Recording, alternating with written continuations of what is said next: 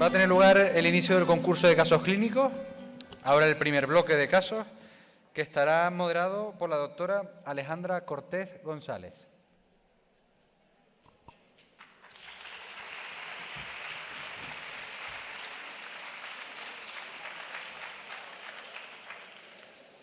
Bueno, buenas tardes a todos. Enhorabuena por haber llegado hasta aquí. Ya vamos a relajarnos un poco.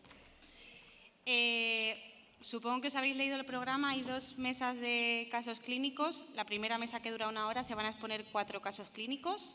La exposición dura 5 o 10 minutillos y vamos a dejar 5 minutitos para alguna pregunta entre caso y caso.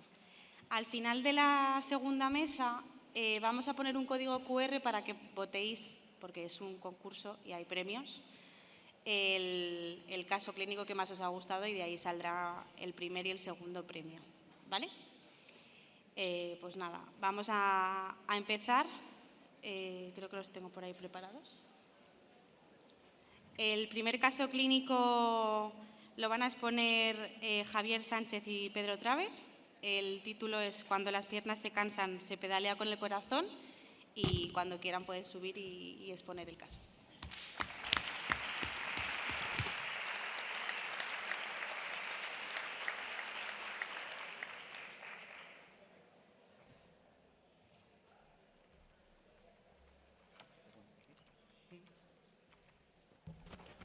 Vale. Buenas tardes. Mi nombre es Pedro Traver, soy enfermero, y mi compañero y amigo Javier Sánchez, médico. Trabajamos los dos en Castellón, en la unidad SAMU, el servicio SAMU de allí. Vamos a exponer un caso que tuvimos un día de guardia, que estábamos los dos juntos, y nuestro caso tiene que ver con un ciclista, síndrome coronario agudo y la arritmia. Bien, este que aparece en pantalla, para los que no les gusta el ciclismo, es Nairo Quintana, es un ciclista profesional, y en una de sus etapas duras le preguntaron los periodistas que cómo era capaz de hacer esos logros y tal, y dijo esta bonita frase: "Cuando las piernas se cansan, se pedalea con el corazón". Y bueno, nos viene de perlas para nuestro paciente. Se le cansaron las piernas y efectivamente su corazón se puso a pedalear, e incluso un poco de más. Hemos puesto este mapa de la geografía de la zona de Castellón, que es donde trabajamos, para que veáis un poco los tiempos, que es una diapositiva importante. Nosotros estábamos de guardia en donde está la imagen de la ambulancia, que es la Vall d'Uxó, y el aviso es en el pueblo de Azuévar, en la zona de interior, a una media hora de la Vall d'Uxó. Es importante destacar que en ese momento, que era 2018, en Castellón de la Plana, que era una de las opciones que teníamos de traslado de hospital, la angioplastia primaria era localizado. Es decir, los hemodinamistas estaban de guardia localizada. En cambio, en Valencia teníamos el clínico, que era la otra opción de transporte de este paciente, que sí que estaban de forma presencial. Y nosotros habíamos terminado un aviso más cerquita de Azuévar, no estábamos en la Vall d'Uxó, a un cuarto de hora aproximadamente. Así que nos pasan el aviso: dolor precordial, ciclista y mareo. Y bueno, nos dirigimos hacia allí. Este es el equipo de guardia que estábamos ese día. Y este es nuestro paciente. Tenemos un varón de 58 años, sin factores de riesgo cardiovascular, que a nuestra llegada nos refiere dolor torácico típico, pues un dolor que irradiaba a cuello, a brazo izquierdo, y con su cortejo vegetativo. El señor no tenía factores de riesgo cardiovascular, y lo subimos a la unidad y empezamos a hacer la anamnesis y el primer electro, con sus constantes y demás. En este primer electro lo que vemos es una elevación del ST en precordiales de V2 a V4, V5, con lo cual teníamos una clínica muy clara de dolor torácico, y Javi, mi compañero, empezó a activar el código infarto, llamando al CICU. Y bueno, yo sigo con lo mío, la toma de constantes, estaban todas las constantes en rango. Empezamos con la administración de aspirina y nitroglicerina sublingual del paciente. Mientras estábamos realizando esta tarea, el paciente nos refiere un dolor, aumenta el dolor torácico, con lo cual yo decido repetir electro, y en el segundo electro, que vemos que han pasado 5 minutos del primero, no se aprecian cambios muy notables, sí que vemos esas T's muy picudas, pero el electro parece que se mantiene como el primero. En cambio, minutos más tarde le repito otro electro y sí que vemos que se produce un aumento notable de esa elevación del ST en este paciente con ese dolor torácico tan típico. ¿De acuerdo? Bueno, decidimos empezar a preparar la perfusión de nitroglicerina, terminar de explorar al paciente. Javi estaba hablando con el CICU y mientras el paciente lo que hace es lo siguiente. Queda inconsciente, ausencia de pulso y se pone en un ritmo desfibrilable, en la cual inmediatamente cogemos las palas y desfibrilamos al paciente. Tras la desfibrilación observamos que el paciente entra en ritmo sinusal y de hecho recupera nivel de conciencia pleno y nos pregunta qué había ocurrido y le explicamos que a causa de ese dolor torácico que había tenido había desencadenado una arritmia y demás. Y le explicamos lo que había sucedido, pero recobró conciencia plena. Repito electro y en el siguiente electro vemos como esa elevación de ST de V2 a V5 sigue igual de elevado y además cursa con elevación de ST en derivada 1 y derivada a VL, con lo cual estamos ante este infarto, un infarto anterior extenso, ¿de acuerdo? Con una clínica muy, muy típica. Y Javi, ¿sigues tú? Sí. Para pasar aquí. ¿Con este?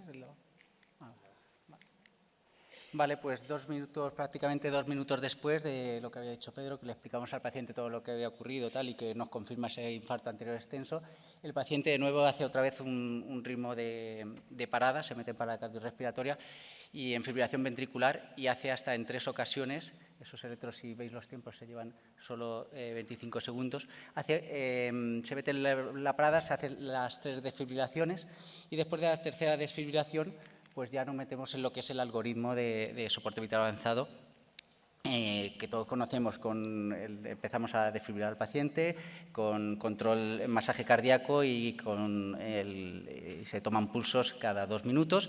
Se administra la amiodarona, se administran las adrenalinas, cada 4 o 5 minutos de adrenalina, como conocemos. Y el tema es que el paciente mantiene ese algoritmo hasta en 14 descargas, hasta 14 veces lo llegamos a desfibrilar. Decir que después de la descarga número 5, número 6, no me acuerdo realmente cuál fue, el paciente se le intubó, se conecta al respirador de la ambulancia y, como decía, después de la descarga número 14, el paciente recupera pulso y se ve un ritmo organizado ahí en la tira de ritmo y decidimos hacer otro electro. Y en el electro, pues nos confirmaba ese infarto anterior que tenía. Tomamos constantes, las constantes eran bastante aceptables y, procedemos a pseudoanalgesiar y a relajar al paciente.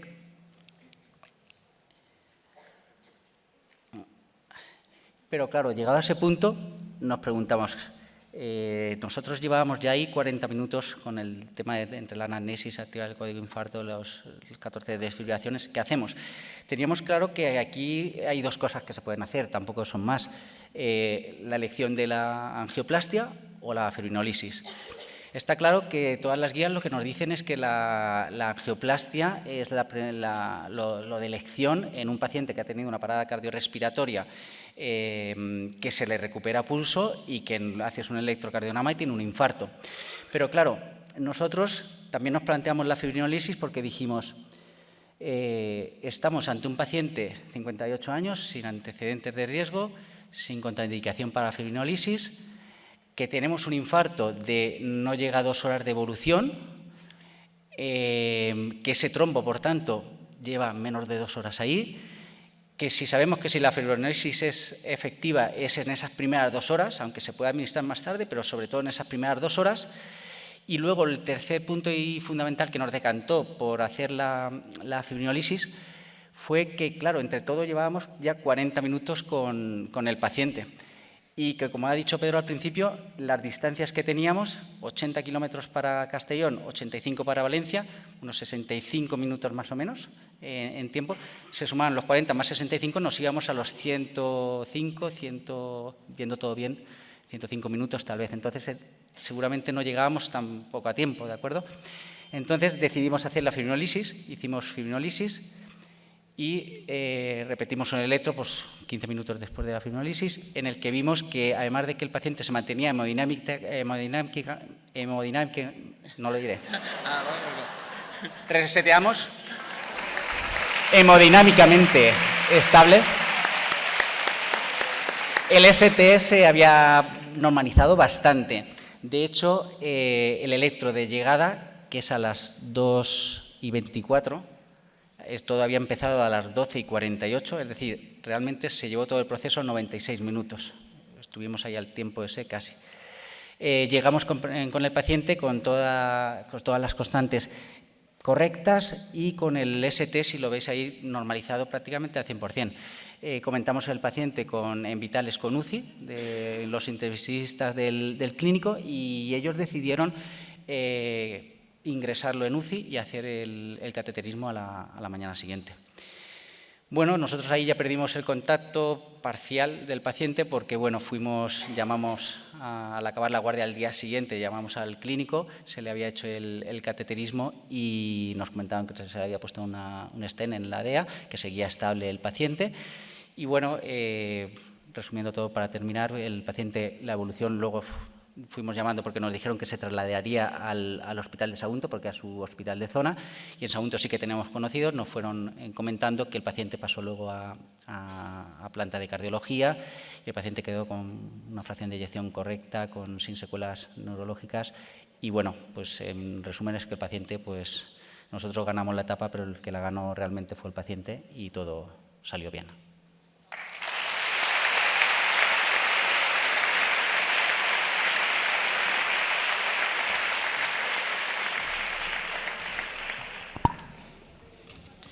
Bueno, muchísimas gracias. Vamos a dejar una preguntita que le hagáis. Nos hemos retrasado un poquito, pero ¿alguna pregunta? Seguro que sí. Yo no veo nada, ¿eh? Ah. Hay micros. Joder.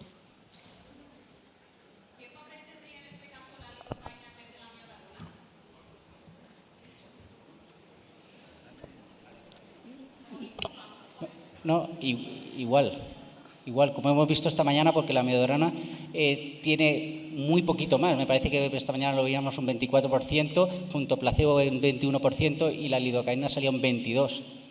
Prácticamente igual. Nosotros, porque se usa como en las guías te indican mejor la amiodarona, pero si no hubiésemos tenido, hubiésemos hecho la lidocaína.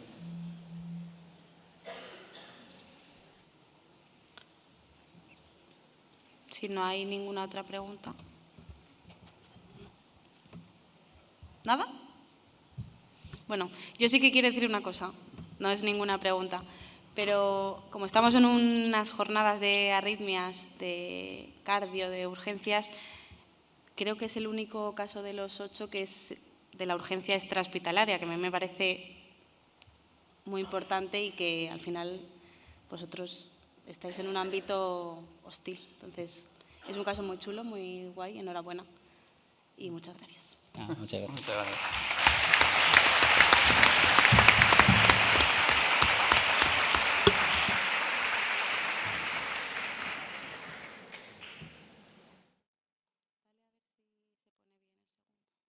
Sí. Bueno, el segundo caso lo van a presentar Ana María López López y Gloria López Escobar, con título La culpa es del CrossFit.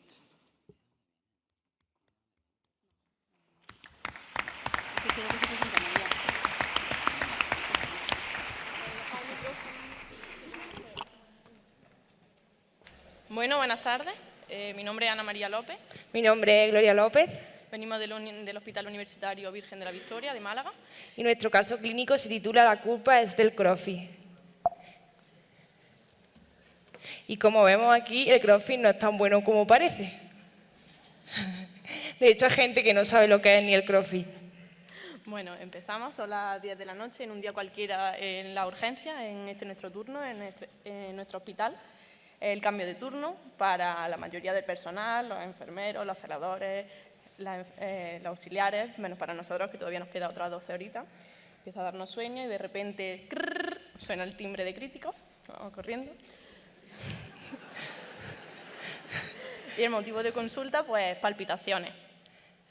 Nos llega un señor de 65 años de edad, sin antecedentes de interés, que consulta por un dolor centrotorácico opresivo, sin irradiación, que ha comenzado hace media hora cuando estaba haciendo su ejercicio de fuerza habitual, CrossFit.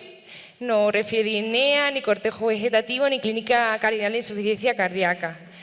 Sí tiene episodios sincopales aislados hace años sin filiar. El paciente estaba estable y la taquicardia la toleraba. Se hace el electro. Este es el electrocardiograma que presenta. Se trata de una taquicardia de QRS ancho, en torno a unos 200 latidos por minuto, sostenida, en la que vemos una concordancia negativa, lo cual es un criterio de TV. Como estamos con un paciente de 60 años sin antecedentes de interés, sin cardiopatía estructural, pues en un momento pensamos que puede ser una taquicardia supraventricular, aberrante o con bloqueo de rama persistente. Por eso administramos adenosina para cortar el nodo. Importante tener cuidado si pensamos en una precipitación antihidrómica que desencadenaremos una FV. También pensar otra entidad, la TV idiopática del tracto salida de ventrículo derecho, que también revertiría con adenosina. Le administramos 6, 12 miligramos y después, posteriormente, 24, que no fue eficaz. Posteriormente se administró amiodarona, siguiendo el canon establecido de toda taquicardia de QRS ancho es una taquicardia ventricular hasta que no se demuestre lo contrario, siendo tampoco ineficaz, por lo que se hace una cardioversión eléctrica a 150 julios, previa pseudoanalgesia del paciente con midazolam y fentanilo. La analítica y radiografía de tórax fueron normales. Por tanto, en una taquicardia de QRS ancho, de todas ellas, el 80% son de origen ventricular. Es difícil diferenciar en ocasiones si se trata de una taquicardia supraventricular aberrante o de una TV, pero si existe un infarto previo, entonces el 95% serían de origen ventricular.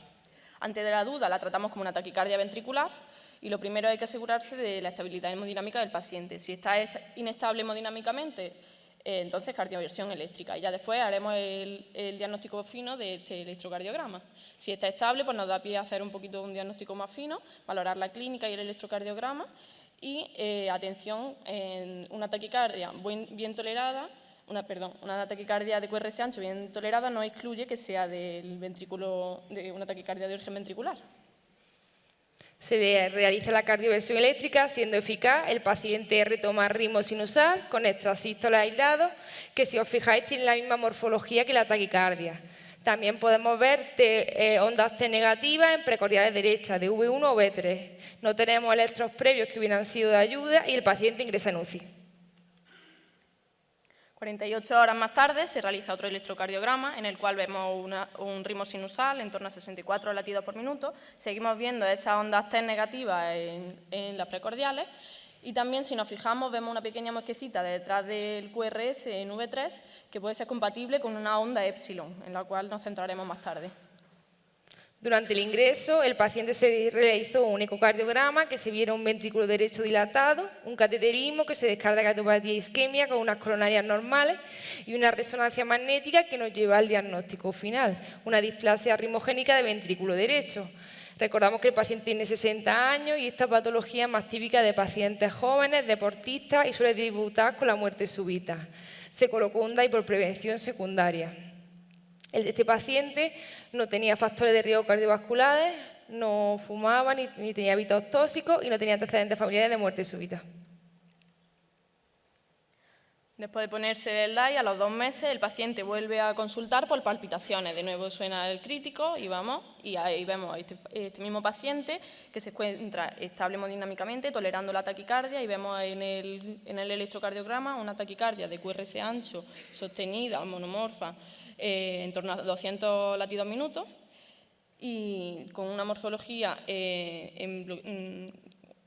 con una R positiva en V1 que puede ser con morfología de bloqueo de rama derecha. Por tanto, avisamos al cardiólogo, ya que el paciente tenía un DAI puesto, para que se le realice una cardioversión eléctrica sobre este DAI. Pero mientras le estamos poniendo midazolam en ese momento para hacer la pseudoanalgesia, el paciente cede espontáneamente al bajar la carga adrenérgica. Cede la taquicardia, pasa a ritmo sinusal, pero el paciente, después de administrarle ese midazolam, empieza a tolerarlo bastante mal, empieza a encontrarse nauseoso, aparecen extrasístoles ventriculares y se encuentra muy mareado. Para revertir un poco el efecto del midazolam, le ponemos un poco de flumacenilo y se mantiene un poco más estable, desapareciendo la sintomatología. Repasando la taquicardia ventricular, el 80% tiene miocardiopatía estructural, entre ellas la cardiopatía isquémica, la miocardiopatía dilatada, la miocardiopatía hipertrófica y la que tenía nuestro paciente, la displasia ritmogénica de ventrículo derecho. El 20% son idiopáticas, recordamos la taquicardia ventricular del tracto de salida de ventrículo derecho que revertía con adenosina. Aquí tenemos el electro de la displasia ritmogénica que tiene una imagen de bloqueo de rama izquierda con QRS positivo en cara inferior. Muy similar al electro de la taquicardia del tracto de salida ventrículo derecho, que es benigna, que revertía con adenosina y también con imagen de bloqueo de rama izquierda. Luego tenemos las malignas, el síndrome de Brugada y el síndrome de QT largo, que daría unas TV polimórficas y TV irregulares. Siguiendo un poco un esquema de cómo diagnosticar una taquicardia de QRS ancho, vemos primero la regularidad o irregularidad del QRS. Si se trata de una taquicardia con QRS irregular, prácticamente se descarta una TV. En cuanto a la anchura, si se trata de un QRS estrecho, la mayor probabilidad es que se trate de una taquicardia supraventricular, aunque puede ser ventricular, pero con un foco estópico que se encuentra cerca en la parte superior del ADG. Si se trata de un QRS ancho, lo normal es que sea una TV o una taquicardia supraventricular con bloqueo de rama persistente o con vía accesoria. En cuanto a la duración, si se trata de una taquicardia de menos de 30 segundos es no sostenida y si es de más de 30 segundos es sostenida. Y por último, valorar las ondas P y su relación con el QRS. Si vemos una onda P visible, lo normal es que sea una taquicardia sinusal o taquicardia auricular o taquicardia por reentrada nodal. También se puede tratar de una taquicardia ortodrómica. En el caso de que exista disociación auriculoventricular o latido de captura o de fusión, suele asegurar una TV.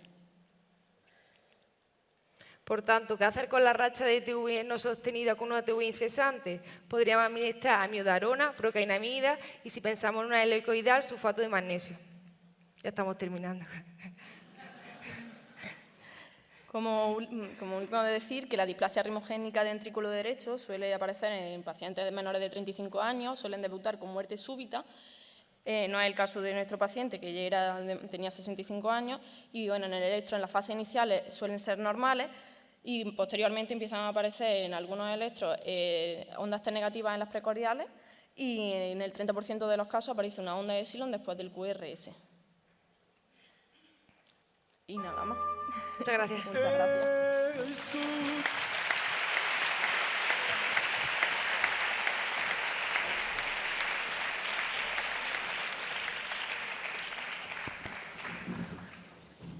Bueno, muchas gracias, chicas. ¿Damos paso para alguna preguntilla? Por ahí delante de una mano.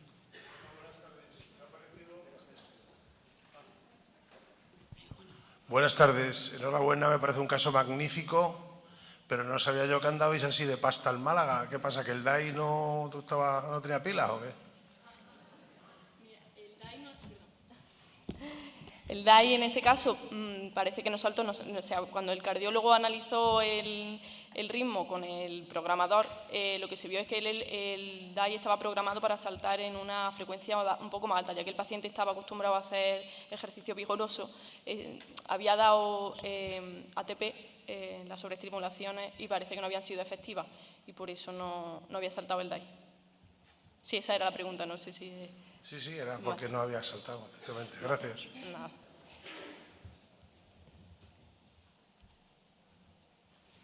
¿Ninguna otra pregunta? Pues nada, de nuevo muchas gracias, chicas. Ay, Espera. No, nada, solo una puntualización. Es que es muy bonito porque tiene dos tipos de TVs.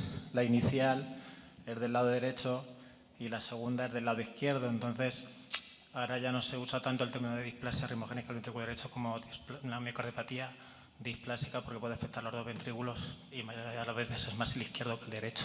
Entonces, bueno, que estemos atentos siempre en las TVs. El diagnóstico de displasia. Gracias. Gracias. Gracias, chicas. Muy bien, chicas.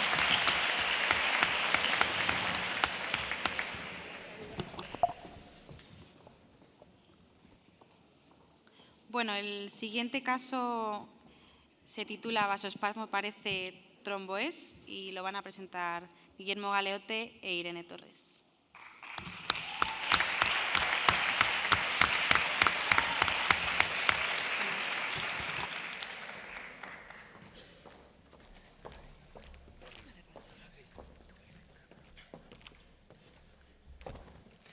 Hola, buenas tardes. Muchas gracias a todos por venir. Nosotros somos Guillermo e Irene. Somos R1 de Cardiología en el Hospital Universitario de Toledo. Y bueno, os vamos a presentar este caso clínico que vimos en la urgencia hace poquito y nos pareció muy interesante.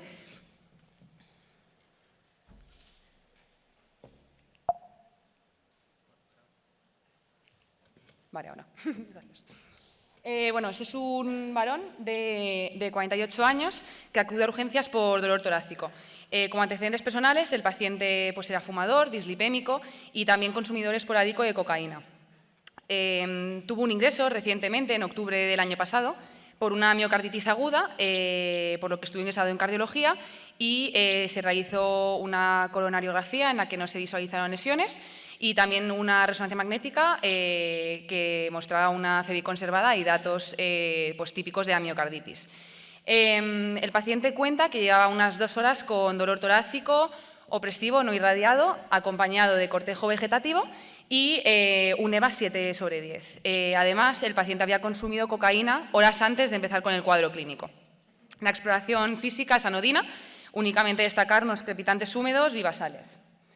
Y bueno, este es el electrocardiograma que se realizó en triaje a la llegada, en menos de 10 minutos, ¿no?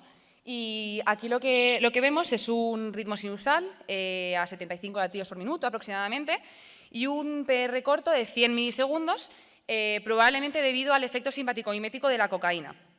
Un QRS estrecho de eje normal, unas ondas Q en cara inferior, que ya tenía cuando fue dado de alta en cardiología, y una elevación de medio milímetro del punto J en cara inferior. Mientras espera ser ingresado en boxes, el paciente comienza con un empeoramiento de dolor y una pérdida de conciencia, lo cual es interpretado como una parada cardiorrespiratoria, se inician maniobras y es trasladado inmediatamente al box vital. Cuando llegamos al box vital, el paciente recupera la conciencia, estuvo con una pérdida de conciencia aproximadamente 30 segundos y se le realiza un nuevo electrocardiograma, que es el que vemos ahora. Aquí lo que vemos es, siempre en orden, ¿no? Pues una ausencia del ritmo de ritmo auricular. Vemos una respuesta ventricular, o sea, los QRS son regulares, a 50 latidos por minuto aproximadamente, lo interpretamos como una FA bloqueada, y una elevación del ST, ¿no? De 15-17 milímetros, de forma generalizada en las precordiales y también en cara lateral alta. También vemos un descenso del ST en cara inferior. Esta morfología, en cuanto vimos este electrocardiograma, la morfología que tiene este QRS con el ascenso del ST nos recordó a un vasoespasmo. Esto lo voy a explicar ahora más adelante. Vale. ¿Qué es el vasoespasmo? También llamado angina de Prince-Meta, la angina variante. Bueno, pues es se produce un vasoespasmo de las arterias coronarias, lo cual provoca una reducción de la luz abrupta y transitoria, lo que da lugar a una isquemia transitoria, lógicamente. Se ve en varones jóvenes más frecuentemente, con pocos factores de riesgo cardiovascular. Y también es interesante saber que dentro de los infartos agudos de miocardio a los que se les realiza un cateterismo, sin lesiones en las coronarias, un 30% de estos pacientes son finalmente diagnosticados de un vasoespasmo. Factores de riesgo importantes. El más importante, el tabaquismo. Luego también hay otros como la cocaína, que es bien conocido. Y luego simplemente recordar pues, que es una angina que normalmente comienza en reposo, típicamente ocurre por las noches o a primera hora del día. Responde muy bien a nitratos y sobre todo que los cambios electrocardiográficos son transitorios, duran siempre y cuando esté el vasoespasmo, luego se resuelve, ¿no? ¿Algún dato clave de la fisiopatogénesis? Pues se sospecha que hay una disfunción del sistema nervioso autónomo, también se sospecha que hay una hiperreactividad del músculo liso y también una disfunción endotelial. Vamos a hablar ya de los cambios electrocardiográficos típicos del vasoespasmo. Bueno, lo primero de todo, recordar que al final es una isquemia transitoria, por lo tanto esperamos ver ondas tepicudas y simétricas y una elevación del segmento ST. Y luego, muy importante, que estos cambios duran el tiempo que esté el vasoespasmo. Cuando se resuelve el vasoespasmo entre un episodio y otro episodio, lo normal es ver un electrocardiograma normal. Otros cambios frecuentes en la repolarización son un aumento de la onda R, un descenso de la onda S y un upsloping TQ. Y esto es lo que he mencionado ya previamente. Lo que vemos aquí, sobre todo en V2 y en V3, es una morfología muy típica de vasospasmo. En cuanto veamos este electrocardiograma debemos de pensar en el vasospasmo. Y es que si os fijáis, se parece mucho a la curva que hace el potencial de acción de un miocardiocito. Esto simplemente es una coincidencia, pero para que nos acordemos, cuando veamos una elevación del ST así en un varón con pocos factores de riesgo cardiovascular, debemos de pensar en el vasospasmo. Y estos son otros dos trazados. En el trazado A lo que vemos es una alternancia eléctrica, se ve que el ST pues va cambiando, esto es simplemente un signo de inestabilidad eléctrica, y lo que vemos en el trazado B es unas taquicardias ventriculares. Probablemente lo que le pasara a nuestro paciente en ese episodio de pérdida de conciencia fuera una taquicardia ventricular. Y ahora os voy a dejar con mi compañero Guillermo. Gracias.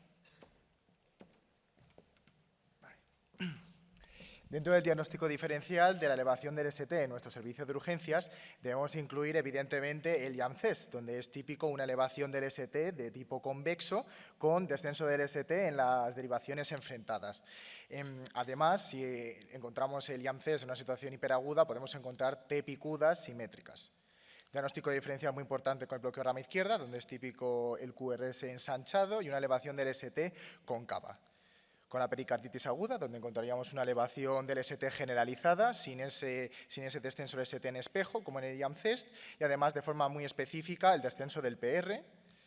Y en la embolia pulmonar, donde también podemos encontrar la elevación del ST, también tendríamos otras características como sobrecarga de las cavidades derechas, en forma de bloqueo o bloqueo incompleto de rama derecha. Otros diagnósticos diferenciales de la elevación del ST, el síndrome de Brugada, como hemos estado viendo en las jornadas, la repolarización precoz, como era el caso de nuestro paciente a su llegada, la hiperpotasemia, importante pensarlo en nuestros pacientes con enfermedad renal crónica, después de una cardioversión y pacientes con hipertrofia del ventrículo izquierdo. Continuamos con la evolución de nuestro paciente y es que en este punto, nosotros desde urgencias comentamos el caso con cardiología. Debido a la persistencia del dolor, se aumenta la perfusión de nitroglicerina, que ya se había comenzado en el box vital, y comienza a producirse una hipotensión arterial en el paciente, que a pesar de la administración de sueroterapia, el paciente contiene una hipotensión refractaria que requiere de aminas en forma de noradrenalina.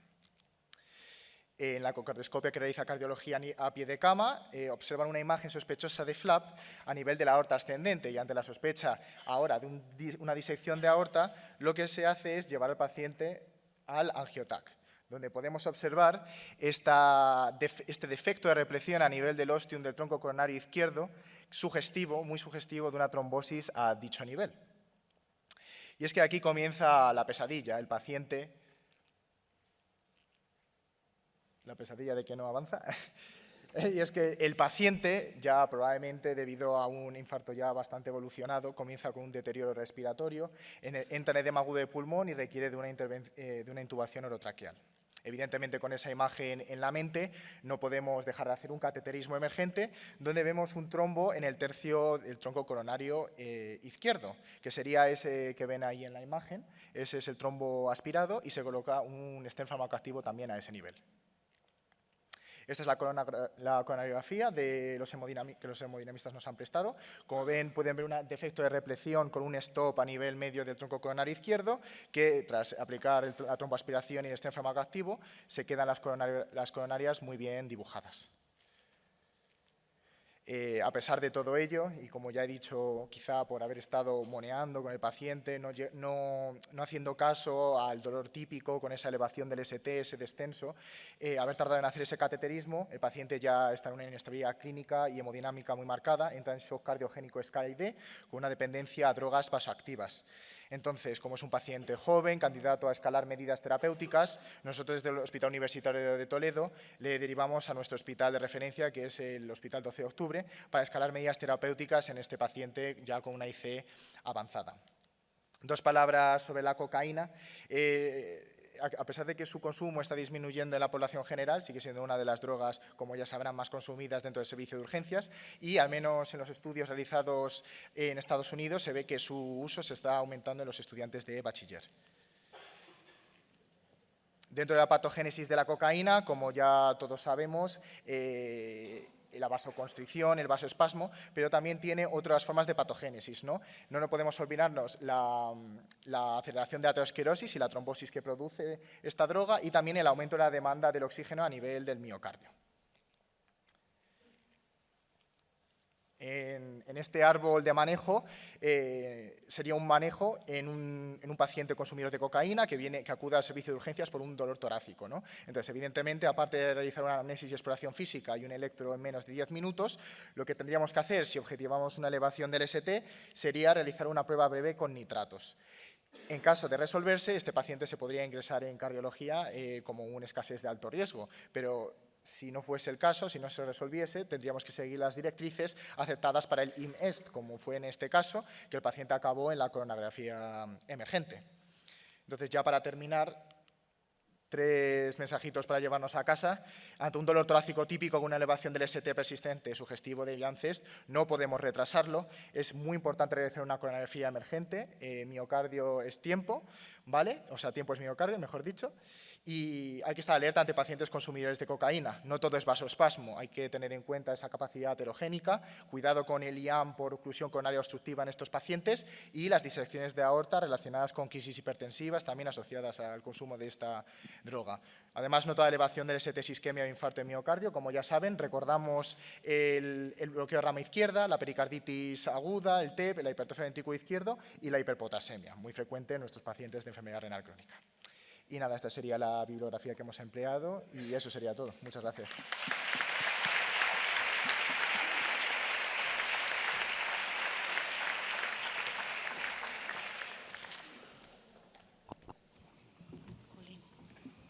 Muchas gracias. Enhorabuena.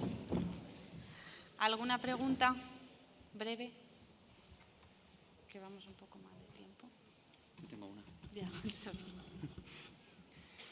¿Por qué se retrasó tanto el cateterismo? Bueno, ¿se me escucha? Sí.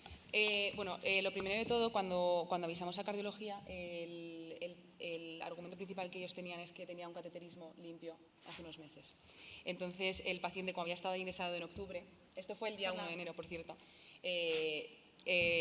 entonces el cateterismo fue realizado a finales de octubre. Entonces, cuando vieron los cardiólogos el electrocardiograma y vieron esa morfología típica, ¿no?, de vasoespasmo, pues teniendo en cuenta que había tenido un cateterismo reciente sin lesiones, les parecía poco probable que fuera a tener. Entonces, cuando realizaron la ecocardioscopia a pie de cama, todo prácticamente a la vez, ¿no?, mientras uno iba viendo el electrocardiograma, el otro iba realizando la ecocardioscopia y vieron el flap, pues les pareció más importante descartar la disección aórtica. Mañana hablaremos de eso.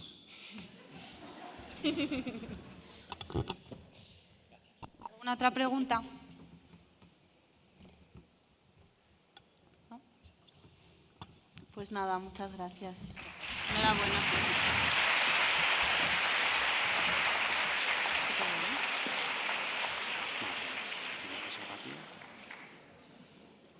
Bueno, el último caso lo van a exponer Esther Ballesteros y Ana Castro Medina.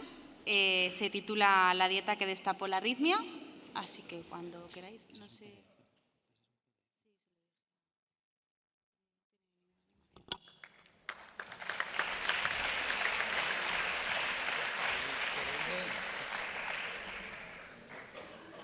Hola. Hola, buenas tardes. Yo soy Esther Ballesteros y es mi compañera Ana Castro. Y juntas os vamos a exponer este caso al que hemos titulado La dieta que destapó la arritmia. Es un caso que vimos juntas durante nuestra última guardia en la urgencia del Hospital Clínico de Málaga. Digo la última porque yo ahora trabajo en la urgencia del Hospital de Manzanares y ella sigue en el Hospital Clínico de Málaga. Nuestro caso clínico es de un chico varón de 14 años que acude una tarde a policlínica junto a su madre por haber tenido un episodio de pérdida de conocimiento esa misma tarde. Es la madre quien nos refiere que durante el último mes el paciente ha estado teniendo varios episodios de similares características. Realizamos la anamnesis al paciente, que no nos cuenta ningún antecedente familiar de interés ni ningún antecedente personal.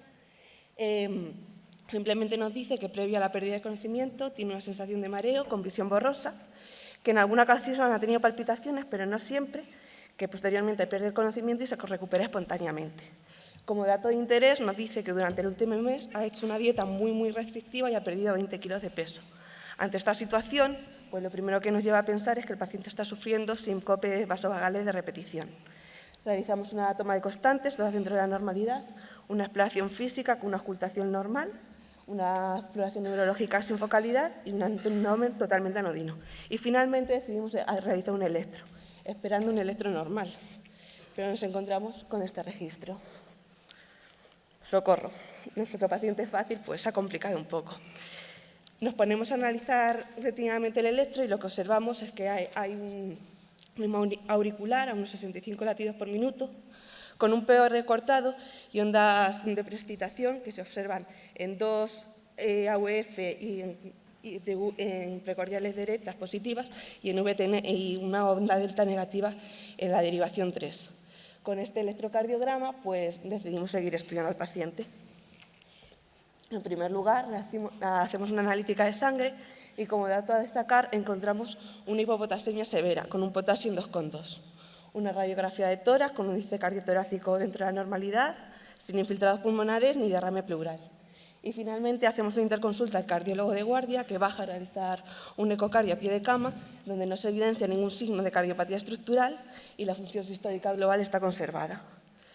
Con todo esto decidimos pasar al paciente al área de observación para realizar una monitorización cardíaca y corregir las cifras de potasio.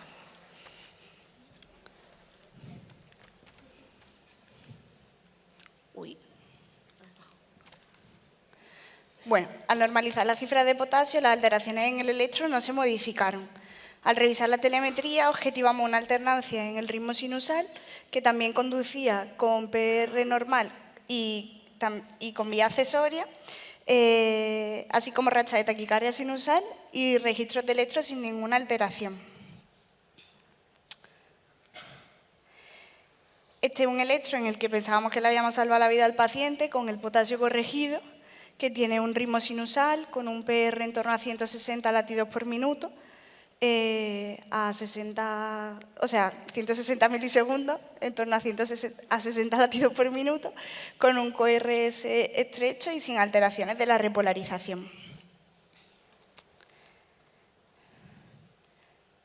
Y este es un segundo electro muy parecido al de la llegada, en el que vemos un ritmo auricular con una onda auricular negativa en 3, con un PR corto, una onda delta en 1, 2, AVL, V4, V5 y V6, un QRS ancho con morfología de rama izquierda que nos hizo sospechar que tenía una vía accesoria derecha.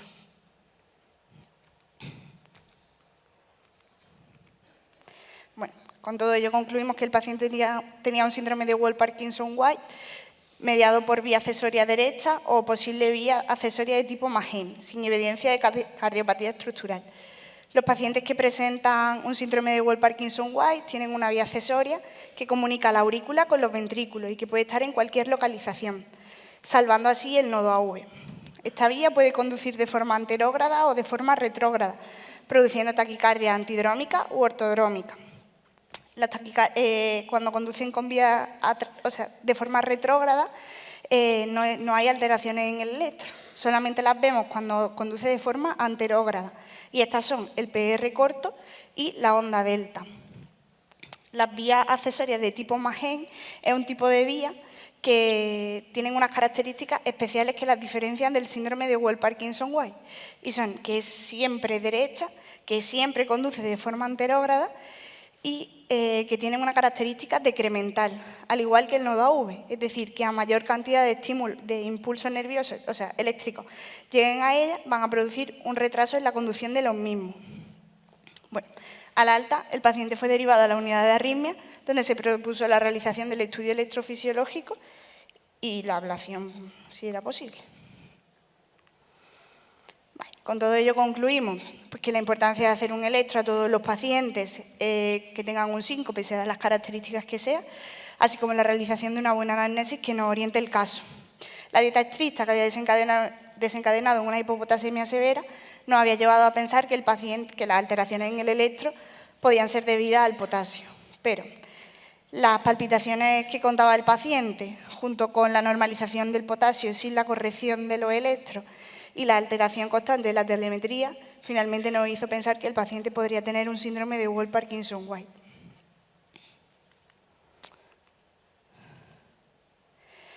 La conducción intermitente a través de la vía accesoria y a través del nodo AV que saltaba constantemente el paciente estaría justificada por las características de conducción decremental típicas de las fibras de Magen junto con el nodo AV hiperconductor típico de personas jóvenes.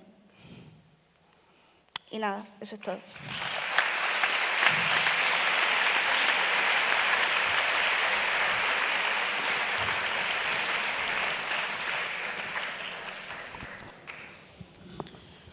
Bueno, enhorabuena, chicas.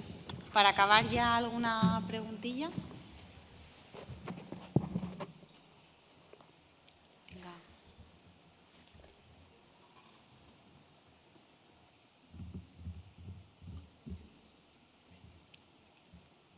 Por ahí veo manos levantadas.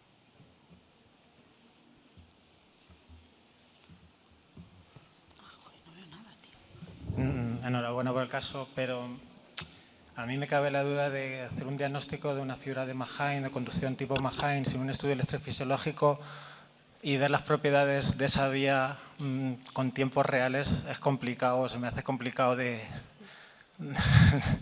ser tan arriesgador de asegurarlo, aseverarlo. Entonces, bueno, yo creo que el diagnóstico lo habréis hecho después de tener el estudio que os han confirmado ese diagnóstico, porque por el electro es imposible. Tú lo único que puedes decir es que tiene una vía accesoria y tanto las fibras de Mahain como las que no son de Mahain pueden tener conducciones, a veces sí y a veces no. Entonces, supongo que el diagnóstico será después del estudio. De hecho, el diagnóstico no está hecho porque el estudio todavía no se le ha hecho. Podría ser ambas cosas, o sea, un Well Parkinson-White, que es realmente lo que inicialmente diagnosticamos, y después andando un poco más en el tema, pues hemos visto que la fibra de Mahain también podría ser un diagnóstico posible como vía accesoria. Hemos estado hablando con algún aritmólogo que nos ha estado diciendo ahí, porque el Dan un estudio poquito no está de luz. hecho. Y no está aquí Brugada, pero quizá ese QT que tiene, a lo mejor habría que ir investigándolo un poco más porque está largo tanto con la prescriptación como sin la prescriptación, y esos son los electros que hay que vigilar. ¿Vale? Gracias.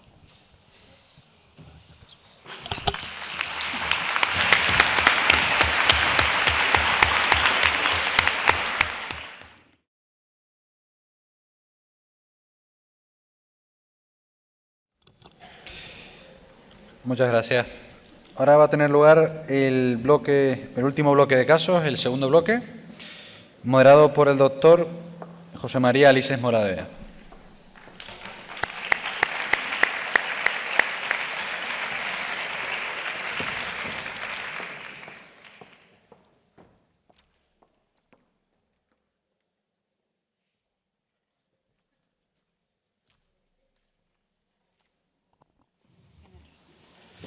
Buenas tardes, bueno, ya buenas noches.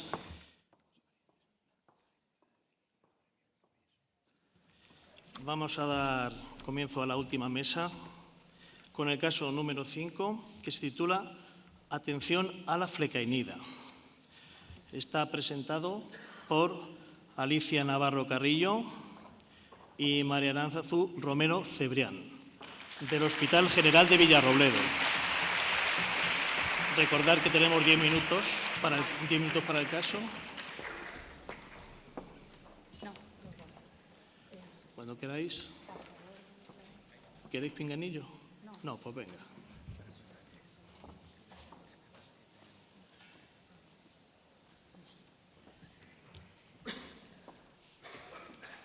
Buenas tardes. Bueno, antes de nada, agradecer a la organización que haya seleccionado nuestro caso para presentarlo.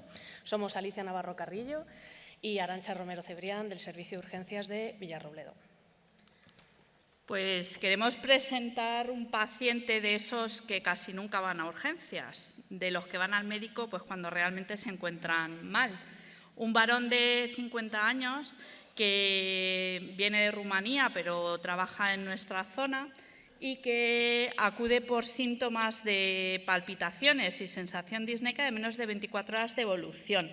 En la exploración física cabía destacar en las constantes de urgencias que tenía la frecuencia cardíaca elevada y que su auscultación cardíaca era arrítmica. En el electrocardiograma que realiza nuestro personal de enfermería en el triaje avanzado, muy competente, objetivamos una taquicardia irregular, una fibrilación auricular de 150 latidos por minuto aproximadamente, con QRS estrecho, sin datos de hipertrofia de ventrículo izquierdo y sin otras alteraciones que nos llamasen la atención. En la radiografía de tórax tampoco existía semiología de cardiomegalia o de insuficiencia cardíaca. Y en la analítica sí que destacaba una elevación del ProBNP, pero no tenía clínica ni auscultación de insuficiencia cardíaca, excepto la disnea.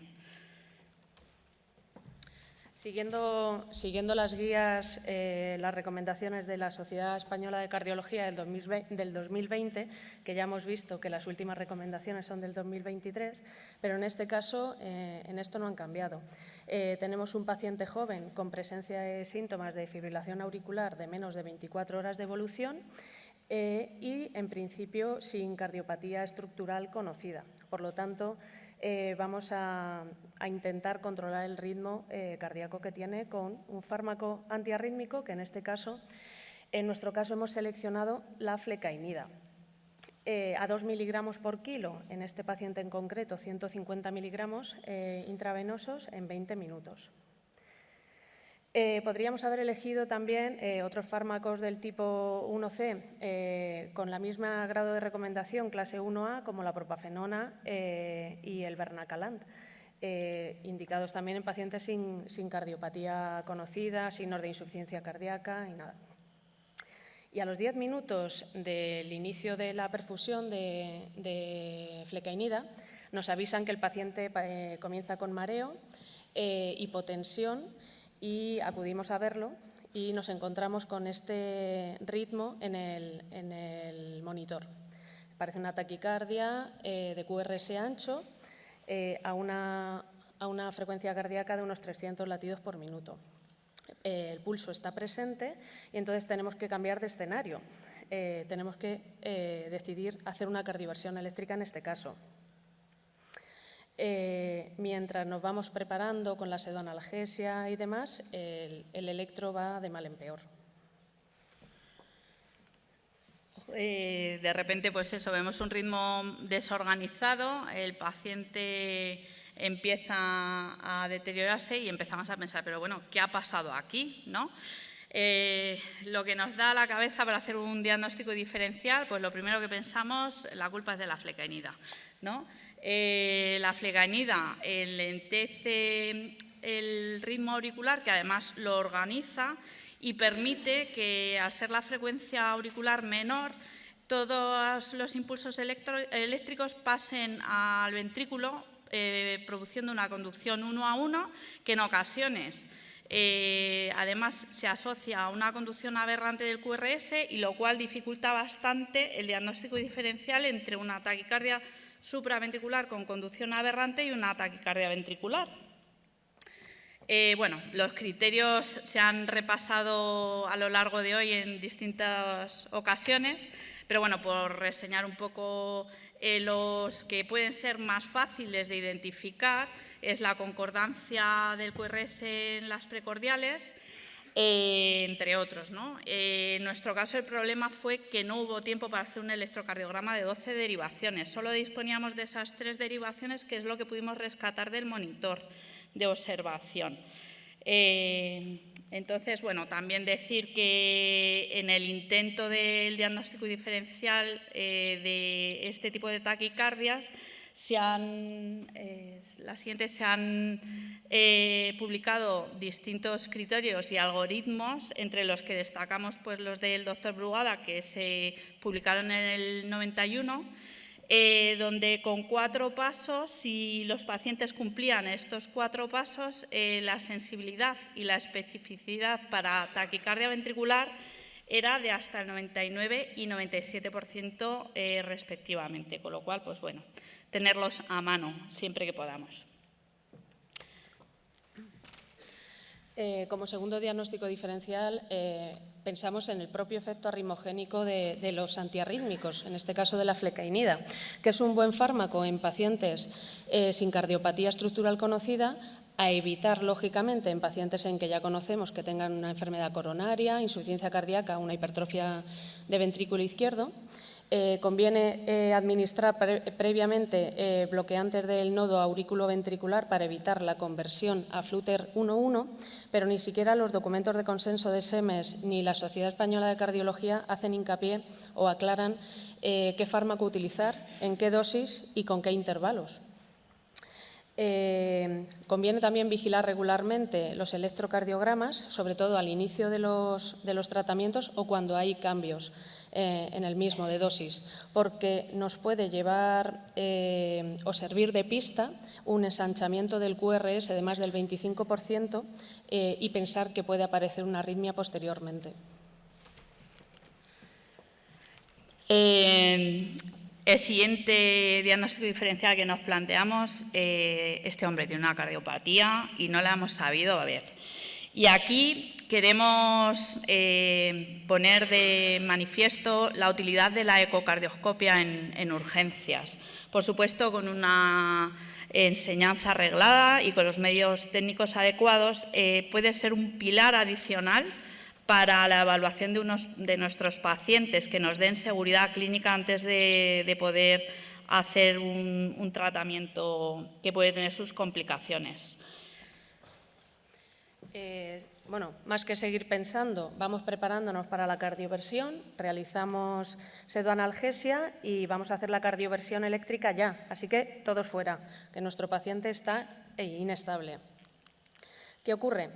Que justo cuando estamos con la imposición de palas, sin llegar a utilizarlas, vemos un cambio de ritmo en el monitor y realizamos un electrocardiograma, que en este caso vemos que el paciente ha revertido de manera espontánea a ritmo sinusal y ha salido con un bloqueo de rama izquierda. Así que podemos respirar. Pues ya después de tomar aire, siguiente cosa que pensamos, pues a ver si es que este paciente tenía un síndrome de Brugada, de esos que hacen el electrocardiograma diagnóstico de vez en cuando. Pero, como hemos visto antes, la flecainida es un fármaco que se puede utilizar para evidenciar estos pacientes con un electrocardiograma latente. Y nuestro electrocardiograma de salida no tenía el patrón típico de tipo 1 de los síndromes de Brugada, o sea que la descartamos. Comentamos el caso con nuestro servicio de cardiología de referencia, que en este caso está en un hospital a 80 kilómetros de distancia. Se traslada para continuar el estudio y a su llegada se realiza una ecocardioscopia y un ecocardiograma reglado, que prácticamente ven lo mismo, que el ventrículo izquierdo del paciente es normal, pero tiene una hipertrofia del septo de 16 milímetros, siendo el límite en varones de 11 milímetros y en mujeres de 10 milímetros. Y vemos también, queremos recordar, que en el electro inicial tampoco cumplía criterios de hipertrofia de ventrículo izquierdo con los criterios de Cornell y Sokolov. Y para completar el estudio se realiza una resonancia cardíaca que evidencia lo que ya previamente sabíamos, que el paciente tiene una hipertrofia del septo medio basal con un grosor importante. Hablaros un poquito de esta patología que se define como un aumento de grosor del ventrículo izquierdo en situaciones en las que no se puede explicar esta hipertrofia por condiciones de carga anómalas. Hasta el 60% de los pacientes se debe a una enfermedad genética autosómica dominante que conlleva mutaciones en las proteínas sarcoméricas cardíacas, y en el resto de ocasiones o la etiología es desconocida o se debe a otro tipo de patologías genéticas o metabolopatías. El diagnóstico es por cualquier técnica de imagen, conlleva un estudio en cascada de los familiares. Normalmente es poco sintomática, a menos que haya una obstrucción del tracto de salida del ventrículo izquierdo, en cuyo caso sí que puede haber alteraciones en la exploración física, como un soplo que aumenta con las maniobras de Valsalva, y el electrocardiograma puede ser normal hasta en el 6% de los pacientes, aunque es verdad que lo habitual es ver algún tipo de alteración, como criterios de hipertrofia del ventrículo izquierdo, alteraciones en la onda T o el segmento ST. Como conclusiones, queríamos reseñar el potencial arritmogénico de los fármacos antiarrítmicos, sobre todo en pacientes con cardiopatía estructural. También que creemos en la implementación de la ecocardiografía en nuestros servicios, que podemos estar capacitados con una formación adecuada. Sí que decir que nuestro paciente le perdimos la pista, se fue anticoagulado durante 3 semanas en teoría al mínimo, se citó en las consultas de cardio donde no fue, hemos hecho una búsqueda en ese SCAM y no ha ido ni al centro de salud de atención primaria, o sea que no se sabe nada más. La dificultad para llegar a diagnosticar la taquicardia ventricular de la supraventricular con la conducción aberrante, por eso hay tantas clasificaciones. También tener en cuenta siempre si en nuestro paciente se beneficia más de un control de la frecuencia cardíaca o del control de ritmo, como se ha repasado también a lo largo de hoy. Y por último, todos sabemos que trabajamos en urgencias, el ritmo de trabajo muchas veces acelerado que llevamos y que a veces nos tenemos que sentar para tomar una decisión o para saber realizar un diagnóstico certero, porque hay pacientes complejos que necesitan un poquito más de tiempo. Y para acabar, agradeceros la atención y hemos puesto una fotografía de un paisaje muy actual, un hanami manchego de almendros, que quiere ser una alegoría a lo efímero de la salud por la que debemos trabajar nosotros y por la que nos formamos, lo que podemos.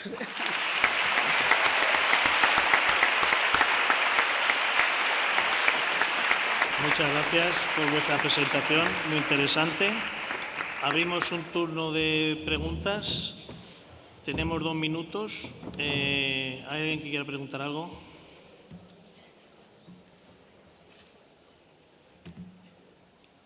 Bueno, pues yo os puedo hacer una preguntilla.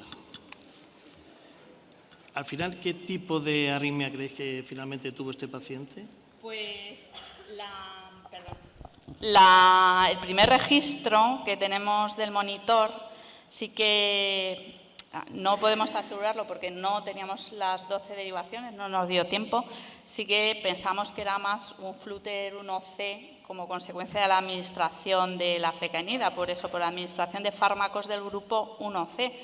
Pero es verdad que el segundo registro nos desconcertó bastante. Yo lo interpreto como una fibrilación ventricular, pero sí que nos llamó la atención que el paciente empezó a decir, me mareo, me encuentro mal, dejó de hablar 2 segundos y a los 10 segundos estaba en ritmo sinusal, que es muy raro, pero bueno, es que el segundo registro es de una fibrilación ventricular.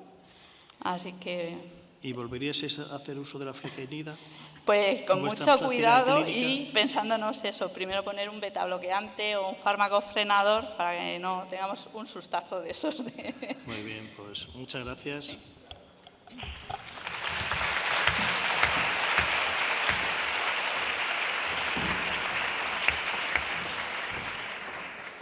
El siguiente caso clínico se titula El secreto está en las T y está presentado por Tatiana Beccarer de Purgli y Marina Borós Callejas del Hospital General La Mancha Centro.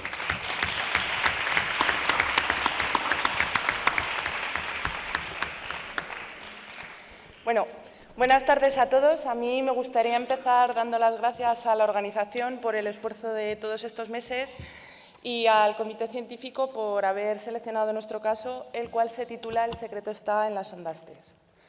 Bueno, pues estamos de guardia en la puerta de urgencias y nos avisan desde triaje por un varón que acude por dolor torácico. Las constantes a su llegada son estas: una tensión de 162/87, una frecuencia cardíaca de 75 latidos por minuto, una saturación de oxígeno del 95% basal y una frecuencia respiratoria de 14.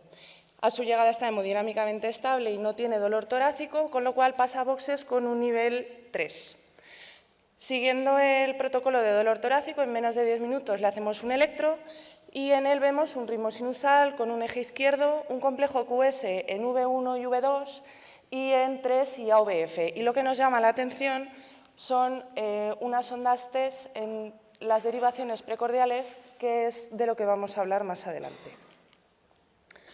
En cuanto a la historia clínica de nuestro paciente, es un varón de 69 años, hipertenso, diabético, dislipémico, obeso y exfumador desde 2016. Además, tiene una cardiopatía isquémica crónica, el último cateterismo de 2018 con afectación de la descendente posterior, la diagonal y ramas posterolaterales, y un ecocardio con FEBI preservada en 2020. Además, tiene una arteriopatía periférica con obliteración completa iliofemoral derecha, una ateromatosis caratidia y como antecedentes quirúrgicos una amidalectomía en la infancia. Por todo ello, toma este tratamiento que podemos ver y acude en esta ocasión porque lleva 24 horas con un dolor centrotorácico, opresivo, irradiado a cuello, que cede con nitroglicerina pero vuelve a aparecer posteriormente. Durante el último año nos dice que ha tenido episodios similares que aparecían no en reposo, sino con los esfuerzos moderados. Algo interesante y recomendable cada vez que tengamos un dolor torácico en urgencias es comparar con un electrobasal. Este fue el que nosotros pudimos obtener del centro de salud, de ahí la calidad, porque está escaneado pues, de aquella manera. Y vemos que está en ritmo sinusal, tiene un eje izquierdo, pero al fijarnos en las derivaciones precordiales, vemos que no tienen nada que ver esas ondas T con las que tenían el electro que le realizamos en esta ocasión. En cuanto a la exploración física, aparte de la tendencia a la hipertensión, en general el paciente se encuentra bien, no tiene signos de insuficiencia cardíaca, no tiene ingurgitación yugular, no hay aumento de masa en miembros inferiores, la auscultación es normal, el abdomen anodino, y sí que es verdad que tiene un pulso femoral el derecho más débil que el contralateral, pero bueno, con el antecedente de la arteriopatía periférica, pues tampoco le dimos mayor importancia. Se le hace una analítica con una bioquímica rigurosamente normal, un hemograma sin anemia ni leucocitosis, una coagulación normal. Se solicitó la PCR del COVID por el momento epidemiológico que se estaba viviendo y los niveles de troponina de 220 que superan en 5 el límite superior de la normalidad. En la radiografía de tórax vemos un aumento del índice cardiotorácico, unos signos congestivos leves bilaterales y poco más. Volviendo al electro de esta ocasión, realizado en torno a las 10:30 de la mañana, si analizamos las derivaciones precordiales, vemos el complejo QS en V1 y V2 y además unas ondas T negativas, profundas y simétricas de V1 a V4 con una onda T bifásica en V5. Esto, hasta que se demuestre lo contrario, es un síndrome de Wellens y nos permite establecer pues el diagnóstico de un infarto agudo de miocardio sin elevación del ST, por lo cual se administraron 300 miligramos de ácido acetilsalicílico y 180 de ticagrelor y el paciente pasó a la observación. Abajo. Pues yo me encuentro en la observación aquella mañana, recibo al paciente historiado por Tatiana y lo primero que hago es comentar el caso con los críticos del hospital. Potencio un poquito el tratamiento que ella había ya instaurado con la primera dosis de anticoagulación y, bueno, solicito su seriación de troponina a las 2 horas aproximadamente, monitorizamos al paciente en la observación y lo exploro. Le digo al varón que en el momento que tenga dolor, pues que avise y dicho y hecho, sobre las 12:30 de la mañana avisa por un dolor torácico, opresivo, con cortejo vegetativo irradiado a carótidas, como el que le había pasado estos últimos días, y le tomo unas constantes. Las constantes ya empiezan a cambiar, 200, 144, y le hago un electro. El electro lo voy a ampliar aquí un poquito más. Vemos un ascenso que antes no estaba, en cara anterior, de 1 milímetro, milímetro y medio, de V1 a V3, con unas ondas T positivas en V4 y en V5. En ese escenario, con dolor, con esa tensión y ese electro, pues cafinitrina y inicio perfusión de nitroglicerina intravenosa. Comento el caso nuevamente con críticos de mi hospital, puesto que ha hecho dolor, ha hecho cambios en el electro y la seriación, aprovecho la llamada pues para decirle que ha pasado una troponina de 262 a 352. El paciente, la verdad es que una vez empecé con la nitroglicerina intravenosa fue bastante bien, remitió el dolor a los pocos minutos, mejoró su tensión y, como vemos, el electro también se normalizó. Hizo un ascenso transitorio de ST. Ingresó prácticamente por la tarde en la unidad de coronarias y durante toda mi estancia en la observación no hizo ningún tipo de evento antiarrítmico. Se mantuvo hemodinámicamente estable. Ingresó con el diagnóstico de IAM-SEST con un ascenso transitorio de ST y unas test negativas de Wellens. Al siguiente día le realizan su coronariografía preferente. Ya sabíamos un poco lo que nos íbamos a encontrar, pero bueno, estaba la DA estenosada a nivel ostial, el hemodinamista de sala le puso un stent vasoactivo a ese nivel y el paciente salió de la sala de hemodinámica ya con este electro, que es el último del caso, en el que volvemos a ver los complejos QSDV1-V3 que tenía él, normalización del segmento ST, que fue igual que el con el que salió de la observación, y unas test negativas en cara anterior. El paciente ingresó finalmente en planta de cardiología. Vale. Me gusta comentar el caso porque al final, quitando el reconocimiento de las test de Wellens, que es importante, al final es un IAM-SEST. Y como médicos de urgencias, creo, y atendiendo a las últimas guías, las recomendaciones es que hay que estratificar el riesgo. El riesgo porque, dependiendo de si nos hallamos en un alto riesgo o muy alto riesgo, hay que correr más o menos para hacer esa coronariografía. Nuestro paciente presentaba criterios de alto riesgo. ¿Por qué? Porque teníamos el diagnóstico de IAM-SEST por electro y troponina, pero además teníamos una puntuación de Grace superior a 140, de 146, y había hecho un ascenso transitorio de ST. Por lo que, atendiendo al algoritmo de las últimas guías de síndrome coronario del 2023, este paciente se beneficiaría de hacer una coronariografía en menos de 24 horas. Aparte de esta coronariografía preferente, es importante a nivel de urgencia realizar un pretratamiento con doble antiagregación y anticoagulación y solicitarle también un ecocardiograma, que normalmente lo realiza una unidad de críticos. En nuestro caso, mostraba una alteración de la contractilidad con una hipocinesia anterior, anteroseptal distal y apical y una FEBI del 40%, concordante con esa pobre irrigación de la DA que estaba estenosada y que finalmente con el stent revascularizó. Como conclusiones que quiero que nos llevemos a casa, hay que reconocer el patrón típico electrocardiográfico del síndrome de Wellens. Fundamentalmente son estas ondas TES tan características, simétricas, las tipo 2, profundas en cara anterior, que el paciente lo tiene en el electro cuando no tiene dolor. En un 20% están descritas también las ondas TES bifásicas también en cara anterior, cuando el paciente, insisto, no tiene dolor. Clínicamente es una angina inestable, pero tiene muy alto riesgo de evolucionar a un IAM-CEST anterior porque esa DA está bastante afectada. Es importante saber que cuando el paciente hace dolor puede haber un ascenso transitorio de ST, que si este ascenso no se corrige o ese dolor persiste, obviamente hay que activar código infarto o Corecam, como se llama en Castilla-La Mancha, pero que si no es así, lo que debemos de hacer es un manejo con una estrategia invasiva temprana y un CATE lo más próximo posible en 24 horas. Mientras tanto, estos pacientes deben de estar en una unidad de vigilancia de críticos cardiológicos hasta que este cateterismo se realice. Muchas gracias por la atención y es un caso, la verdad, bastante sencillo.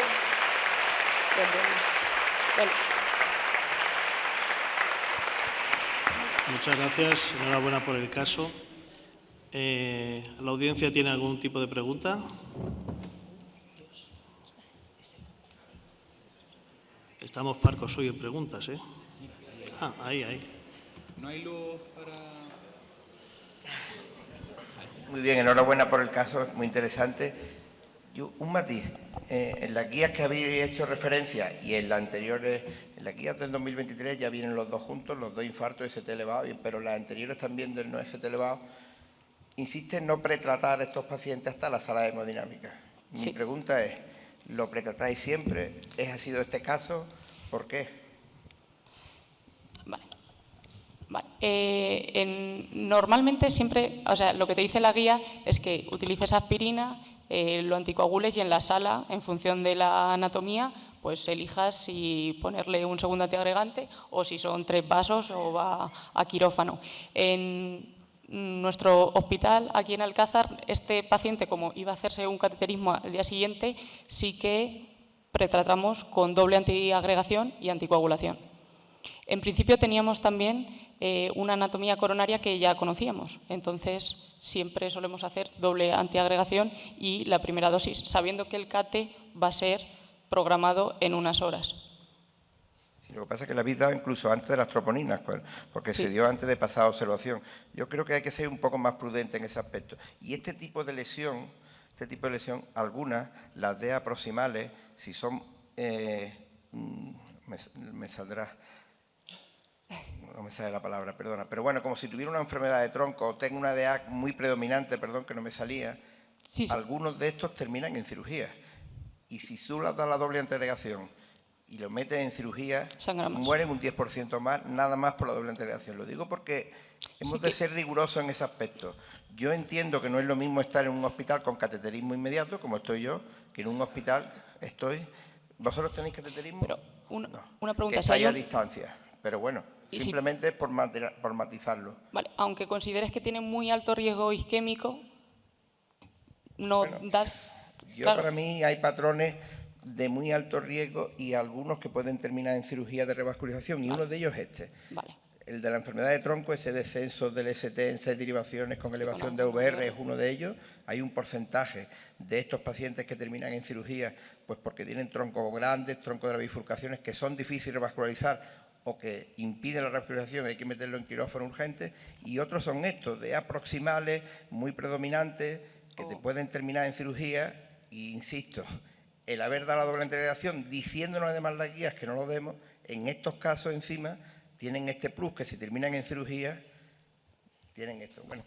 Sí, no, gracias. Un poco a raíz de lo que ha dicho el doctor Tenbury, claro, ¿consideráis que el manejo del síndrome de Wellen no se realiza igual en un sitio donde hay hemodinámica que donde la hay? Sí, no, se realiza igual. O sea, lo importante del Wellens al final es un IAMSES, que si tú lo tienes con un alto riesgo, tienes que hacer una coronariografía en menos de 24 horas. Si te encuentras en un... Yo también te lo puedo decir. Vamos, que si no tienes coronariografía... Sí, no, en Alcázar no tenemos coronariografía, pero este paciente sube a la UCI, se habla con Toledo, con Ciudad Real, en función de el pueblecito donde viva el paciente, y al día siguiente somos los mismos compañeros de urgencias los que nos lo llevamos en la UBI a hacerse el cateterismo. Es decir, se maneja de manera similar independientemente de dónde sea el paciente. Lo importante es que es un IAMSES de riesgo, que el cateterismo tiene que ser en menos de 24 horas. Supongo, y además yo también me he formado en Albacete, tenemos hemodinámica y el paciente sube a la coro y se hace el CATE en menos de 24 horas, en función de las camas y obviamente... Voy al tiempo, las 24 al tiempo, pero estos pacientes pues ingresan a media tarde, noche, se solicita el cateterismo y se llevan, se cumplen, yo creo que sí que se cumplen los tiempos. Muy bien, ¿alguna pregunta más? ¿Nada? Pues muchísimas gracias. Nada, a vosotros.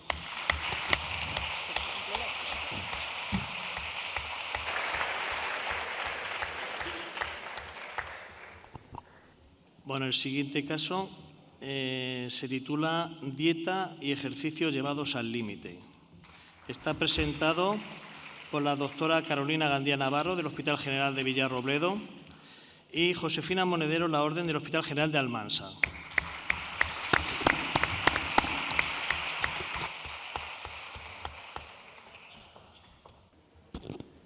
Mientras nos ponemos el pinganillo, recordar que una vez que finalice la exposición de los casos clínicos, tendremos un periodo de unos 5 minutos aproximadamente para votar el que consideremos que es el mejor caso para el tema de los previos. Aparecerá un código QR en la pantalla que generaremos con nuestro teléfono móvil y a raíz de ahí podremos votar el caso que consideremos para nosotros el mejor.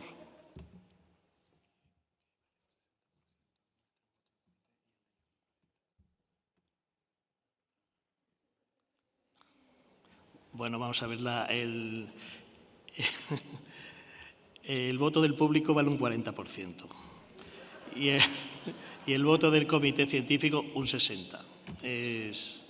Así está establecido.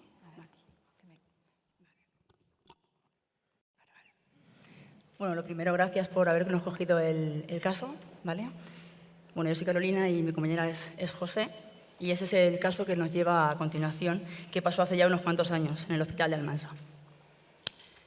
Bueno, se trata de un varón de 57 años, era un deportista bastante importante, hacía más de 35 horas semanales, tenía una dieta estricta con abuso de bebidas con cafeína, se bebía casi 2 litros de café al día y, como así dato un poquito más importante, lo controlaba cardiología hace unos años con diagnóstico de corazón de atleta, con dilatación de cavidades derechas, pero con una fracción de eyección del ventrículo derecho normal y sin SUN en las pruebas que se realizaron complementarias en ese momento. El paciente está en casa y avisa al 112 por un cuadro de mareo sin pérdida de conocimiento y por palpitaciones. Y al llegar los compañeros del 112 a domicilio, le realizan este electro. Ellos, cuando lo ven, deciden pautar adenosina y le ponen 6, 12 y 12. Pero vieron que no modificaba ni el ritmo ni la frecuencia del electro. Lo derivan a la puerta de urgencias, el paciente se mantenía más o menos estable, salvo la frecuencia cardíaca que estaba elevada, la exploración física era anodina y en la analítica solamente destacaba una pequeña elevación de las cecas con una radiografía normal. Y este es nuestro electro en la puerta de urgencias. Como veis, se trata de una taquicardia de QRS ancho, mayor o igual de 120 milisegundos el QRS, a la frecuencia que hemos comentado antes de unos 150 latidos por minuto.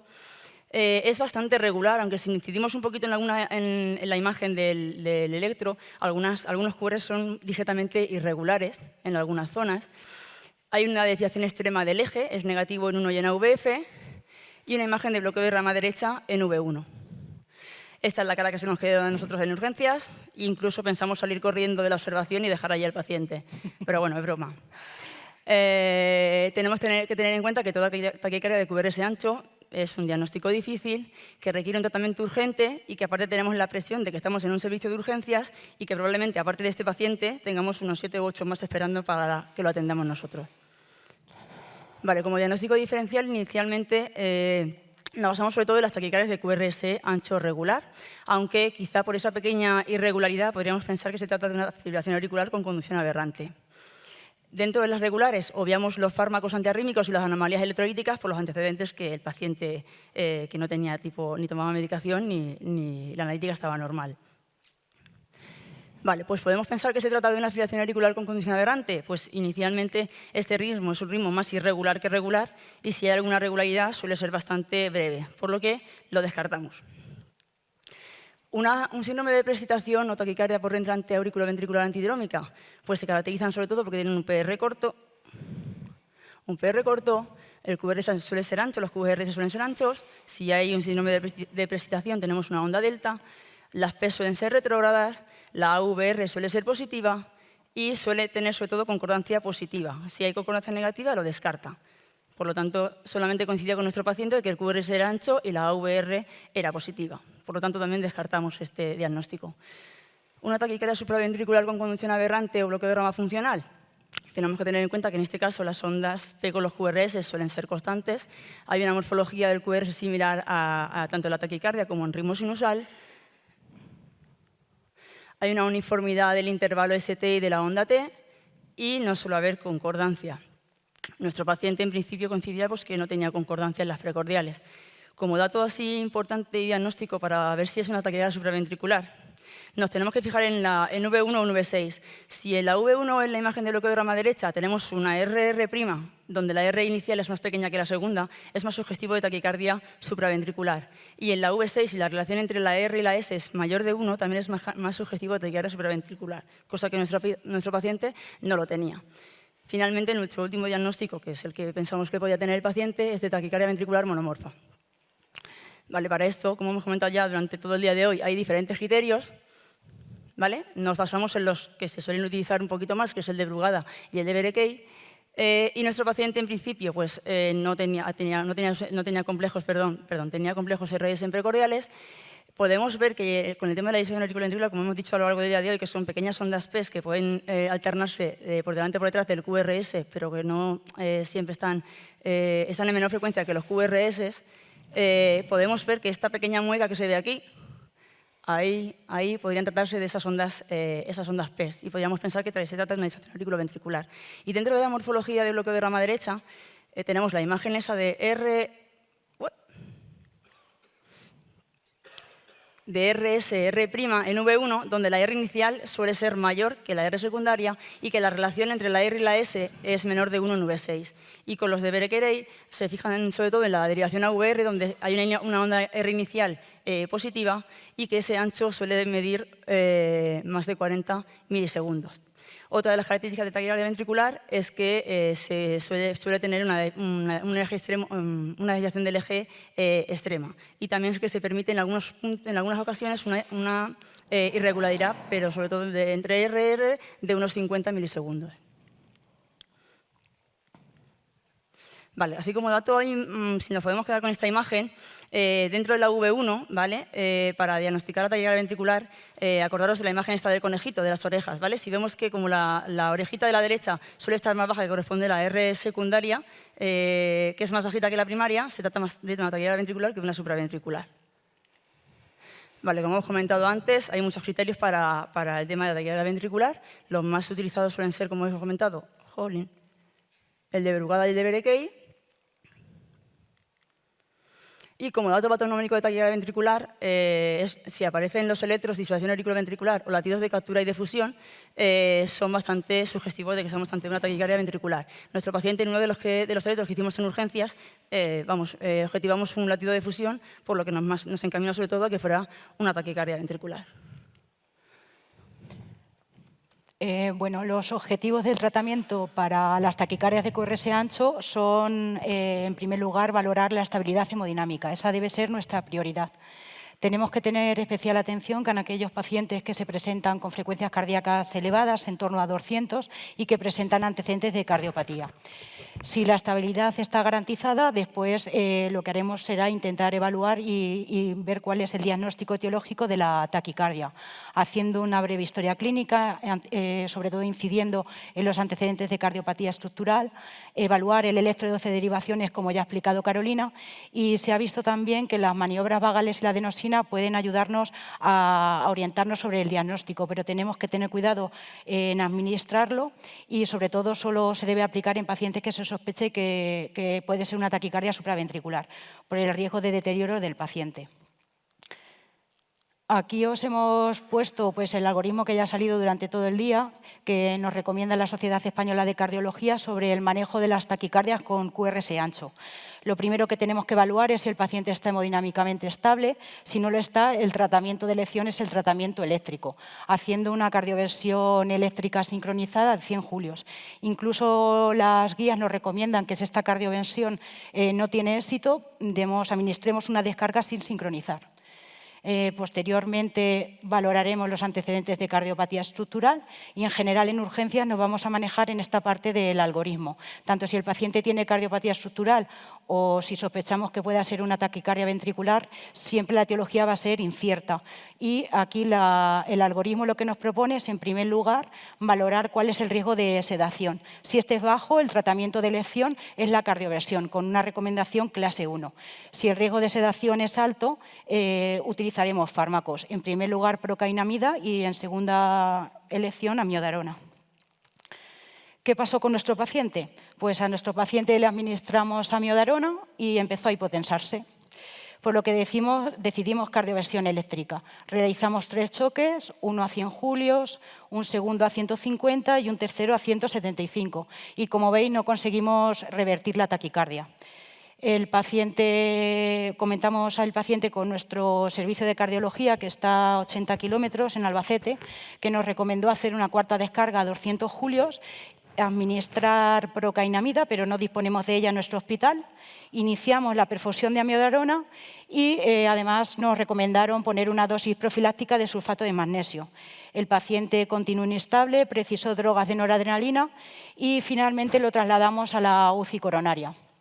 Allí, a su llegada, estaba en ritmo sinusal. Durante el ingreso se le hizo un estudio electrofisiológico que no fue capaz de reproducir la arritmia y fue diagnosticado finalmente de taquicardia ventricular sostenida y fue dado de alta con bisoprolol. Pasaron los meses y el paciente volvió a acudir a urgencias. Esta vez por palpitaciones, pero con una taquicardia, como vemos en el electro, mostraba una taquicardia de QRS ancho irregular. que estaba regular tolerada, tenía una presión arterial sistólica por debajo de 90. Decidimos en ese momento hacer cardioversión eléctrica, 3 choques a 200 julios que no fueron efectivos e iniciar una perfusión de amiodarona. Con eso sí que se consiguió el ritmo sinusal. Y ahora os hago una pregunta. ¿Qué pensáis? ¿Que es un nuevo episodio de taquicardia ventricular o es una FA con conducción aberrante?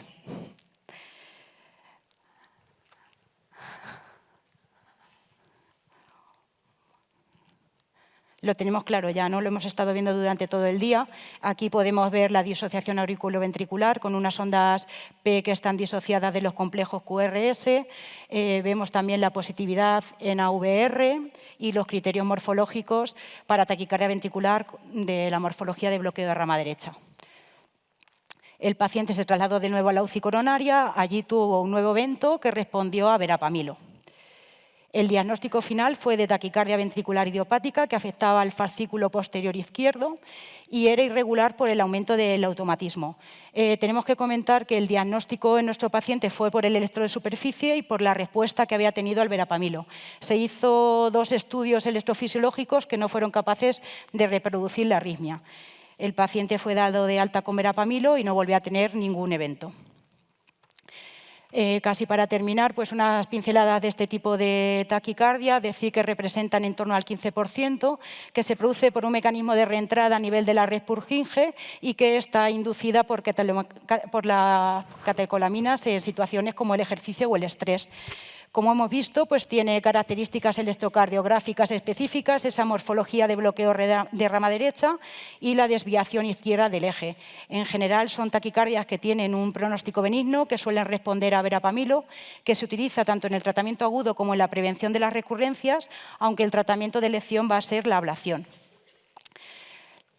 Las conclusiones que extraemos del caso, pues bueno, ya hemos incidido en que es un desafío el manejo de las taquicardias de QRS ancho en nuestro servicio, que el diagnóstico electrocardiográfico es fundamental, no podemos confundir una taquicardia ventricular con una supraventricular, porque eso supone que vamos a administrar un tratamiento inadecuado y va a repercutir en el pronóstico del paciente. Cuando preparamos esta charla nos preguntábamos cuál sería el algoritmo que más nos serviría en los servicios de urgencias cuando el tiempo prima. Se ha visto que todos los algoritmos no son 100% sensibles y específicos y son difíciles de aplicar. Probablemente el primer parámetro que tendremos que analizar es la positividad de la onda R en AVR, que se ha visto que es sencillo, rápido y específico. Y en el caso de pacientes sin cardiopatía estructural, pues el criterio de PAVA es el más específico. Para finalizar, bueno, pues está claro que estas taquicardias precisan de una terminación inmediata y pues lo que hemos dicho, no confundirla nunca con una taquicardia supraventricular. Unas pinceladas de los fármacos, que la adenosina puede revertir un bajo porcentaje de taquicardias ventriculares idiopáticas. El ensayo Procambio ya nos dijo la mayor eficacia que tiene la procainamida en el tratamiento de estas arritmias. Señalar que el verapamilo nunca puede ser un tratamiento de primera línea si la taquicardia ventricular es de origen incierto, que las guías de la Sociedad Española de Cardiología nos recomiendan la cardioversión, tanto si la taquicardia es mal tolerada como si está bien tolerada y el riesgo de sedación es bajo. El tratamiento de elección sería la ablación, pero como os he dicho, nuestro paciente no se pudo reproducir en el estudio electrofisiológico y el DAI no estaría recomendado. Muchas gracias. Vamos a la mesa. Muchas gracias por vuestra presentación. ¿Hay alguna pregunta en el auditorio?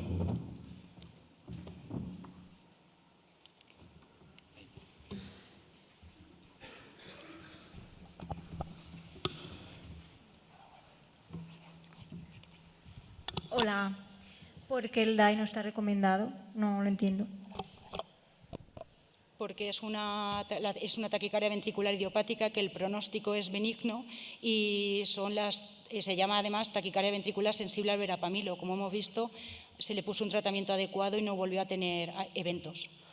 y porque también el DAI está indicado sobre todo cuando hay cardiopatía estructural. Y este paciente, aunque veamos que tiene la dilatación de cavidades de las derechas, es una morfología, es como una remodelación del corazón al ejercicio. Luego volvió a tener el corazón normal. Entonces no se consideró cardiopatía estructural.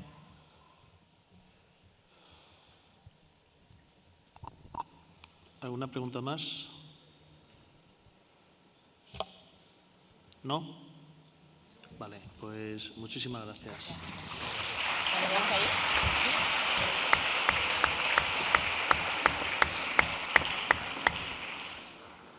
Bueno, y pasamos al último caso ya de la tarde, que se titula Paren el juego. Está presentado por Ismael Martín de la Sierra Ruiz de Pascual y Alba María Gómez Martín, del Hospital General La Mancha Centro.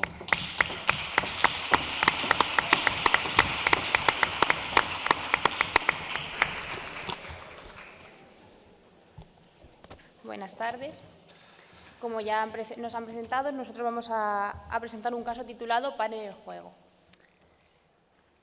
Se trata de un chico de 16 años, sin antecedentes de interés, que estaba jugando un partido de fútbol en la posición de portero. Va corriendo tras el balón, sufre un resbalón, se cae además sentado, según comentan los espectadores, se levanta y sigue corriendo tras el balón. Y es en esta segunda vez, después de levantarse, cuando de forma abrupta y brusca sufre una caída al suelo con posible traumatismo craneoencefálico asociado. Acuden a socorrerlo los compañeros, el árbitro y demás que estaban en el campo y evidencian inconsciencia y salida de espuma blanca por la boca. Lo colocan en posición lateral de seguridad. El padre, que se encontraba entre el público, acude a ver qué ha pasado y al ir a acercarse a su hijo evidencia inconsciencia, ausencia de respiración y ausencia de pulso. Entonces sospecha una parada cardiorrespiratoria e inicia maniobras de RCP básica. Solicita un desfibrilador semiautomático y pide que avisen a los servicios de emergencias extrahospitalarias. Mientras tanto, él sigue con el masaje hasta que le traen el desfibrilador semiautomático, que en cuanto lo colocan registra un ritmo desfibrilable, bien una ATV o bien sin pulso o bien una FV, y le administra una descarga. Se mantienen posteriormente las maniobras de reanimación cardiopulmonar durante 8 minutos, siguiendo las indicaciones que va marcando el DESA, hasta la llegada del servicio de emergencias extrahospitalarias. Cuando llegan la UBI móvil, evidencian o constatan una asistolia y continúan con maniobras de RCP, además avanzada. Durante 3 minutos más. Tras esto, el chico recupera circulación espontánea. Ante bajo nivel de consciencia, lo intuban y nos preavisan tanto al servicio de urgencias como al servicio de medicina intensiva de nuestro centro. Cuando el chico llega a urgencias, se encuentra pseudoanalgesiado, manteniendo un Glasgow de 3 y una escala RAS de -5, con pupilas mióticas y con escasa reactividad. Y lo que más nos llama la atención de la exploración es que presenta abolición de ambos reflejos corneales y le suspendemos la pseudoanalgesia, y mientras se le van haciendo el resto de pruebas complementarias, sí que es verdad que el reflejo corneal derecho reaparece. El resto de la exploración, como podéis ver en la imagen, es completamente anodino, salvo por una discreta hipotensión de 90-40 milímetros de mercurio. Empezamos a hacerle estudios complementarios, inicialmente una analítica sanguínea en la que destacaba una acidosis metabólica hiperlactacidémica con una radiomiolisis muy probablemente secundario a la parada cardiorrespiratoria y a las maniobras de reanimación, y una discreta elevación de la troponina ultrasensible. Le realizamos un electrocardiograma de 12 derivaciones, que es este que podemos ver en la imagen. Vemos que es un ritmo regular, a unos 80 latidos por minuto, con un eje izquierdo y un hemibloqueo anterior de rama izquierda, y lo que más nos llamaba la atención a los compañeros que estábamos de guardia ese día era que presentaba un PR acortado y la presencia de onda delta en varias derivaciones. Ahí podemos ver la onda delta, en todas las precordiales se veía bastante bien. 1 y AVL también se veía bastante bien la presencia de onda delta. Entonces, sospechábamos un síndrome de preexcitación.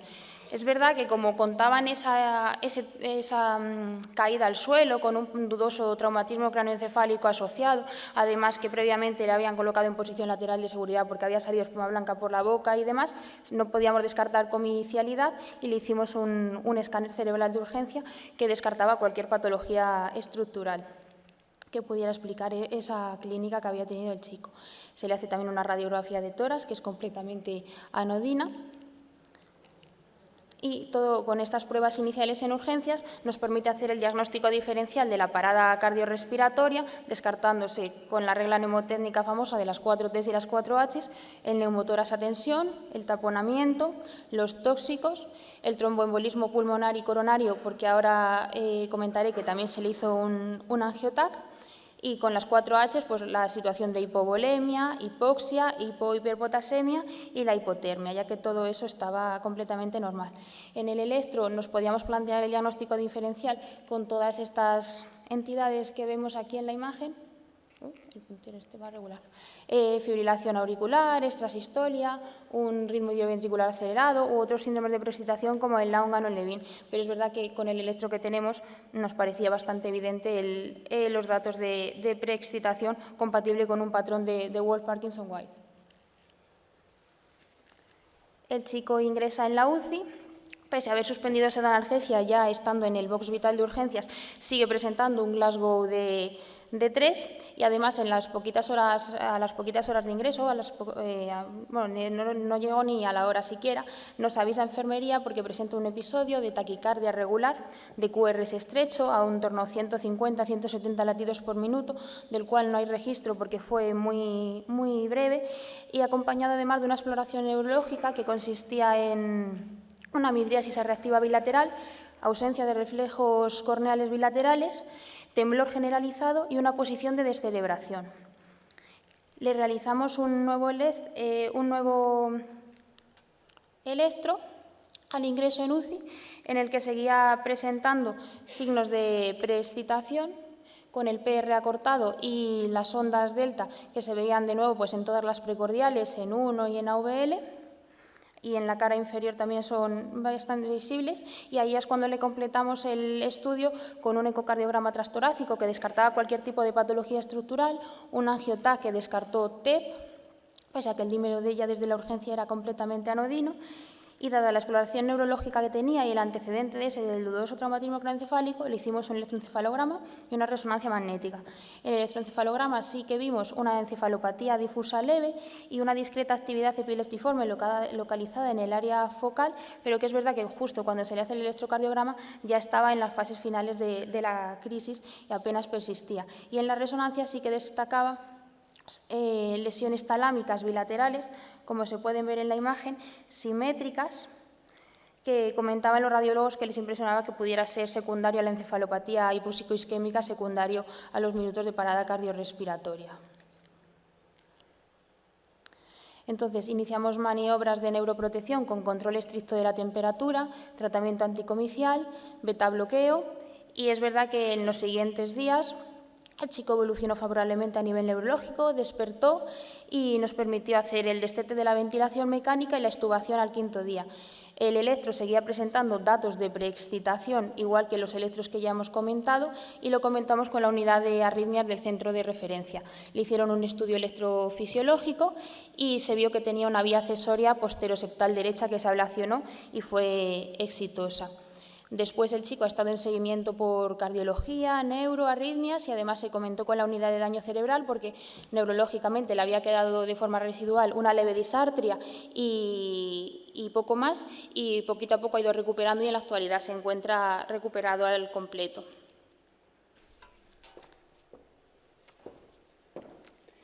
Y ahora voy a dar un breve repaso sobre el síndrome de Wolff-Parkinson-White, la patología de nuestro paciente.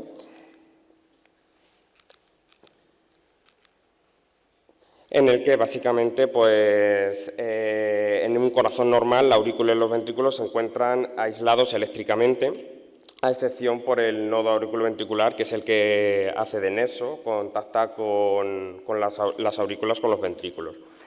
En un síndrome de preexcitación, lo que vamos a ver es una vía adicional, una vía accesoria o addequent, que lo que va a producir es que contacte esa aurícula con ese ventrículo de forma anómala, produciendo fenómenos de reentrada, asociando a otro tipo de arritmias, como puede ser fibrilación auricular, flúter auricular, incluso eventos potencialmente mortales.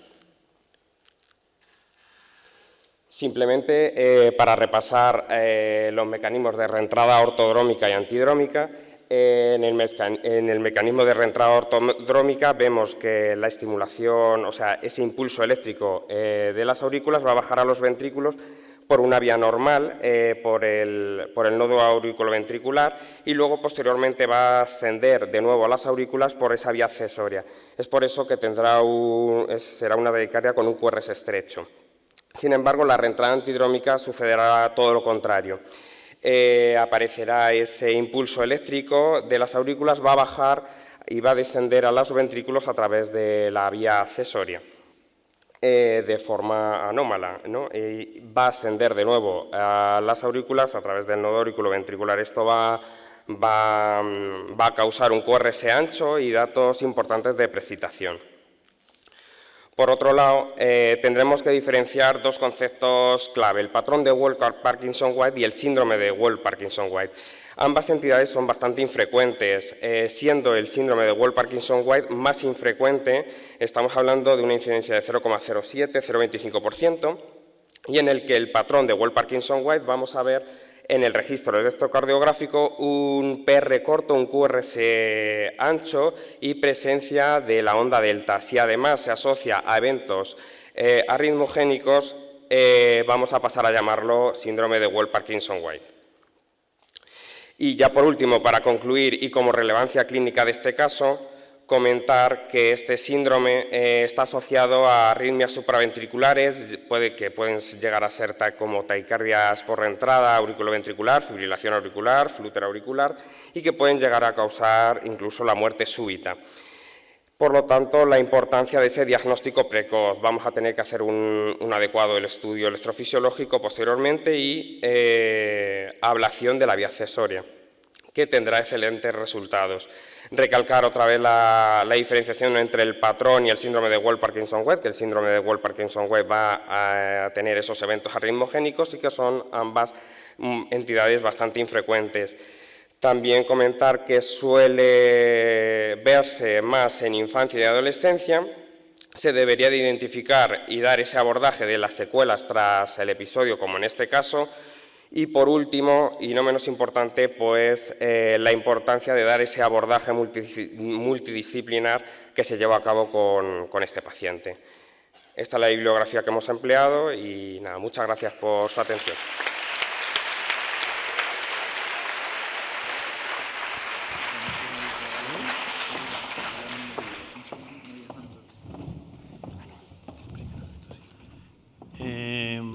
Muchas gracias por vuestra presentación. ¿Alguna pregunta?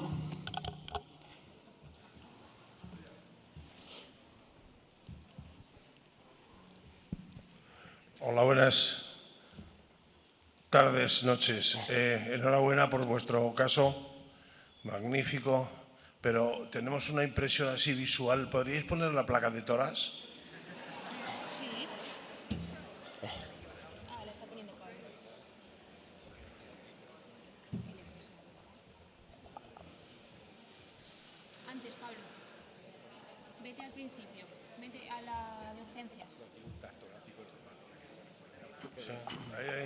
Esa. Parece que es un parche o es un neumotrar derecho. Parche. Es un parche. Son los parches de Vale. Correcto. Vale, estupendo. Como se nota, Ricardo, que se fija mucho. De hecho, se visualiza que está sí, hay trama, lo que pasa es que a lo colocados. mejor aquí con la imagen no se ve del todo bien. ¿Algún comentario? Yo que os quería comentar, en este tipo de casos, ¿haría falta realizar un estudio genético de este paciente o de la familia? Pues por la bibliografía que hemos consultado, en la mayoría de los síndromes de Wolff al final no se desconoce la causa, si bien es cierto que hay un bajo porcentaje, no sé si creo recordar que era en torno al 5% o inferior, que comentaban que sí que había relación con alguna alteración genética, sobre todo con la miocardiopatía hipertrófica familiar. Pero de forma rutinaria nos recomendaban realizar un screening genético a todos los pacientes. Y aunque no teníais el primer electro, ¿qué arritmia pensáis que puede haber causado la parada de este chico? Pues yo no sé si sería una taquicardia ventricular sin pulso o una fibrilación ventricular. En cualquier caso, un primo desfibrilable. Un desfibrilable sí, porque el desfibrilador dio una descarga. Lo raro es que luego, cuando llegó el servicio de emergencia extrahospitalario, dijeron que era sistolia. Pero ya en eso no tenemos registro. ¿Algún comentario que queráis hacer? ¿Nada? No, a mí también me llamó la atención porque yo no sé si había hecho algún curso o como era entrenador de equipo de fútbol de chicos y tal, pero él inició las maniobras de reanimación básica. Ya tuvo suerte, Sí. ¿Algún comentario más que queráis hacer? Bueno, pues muchísimas gracias.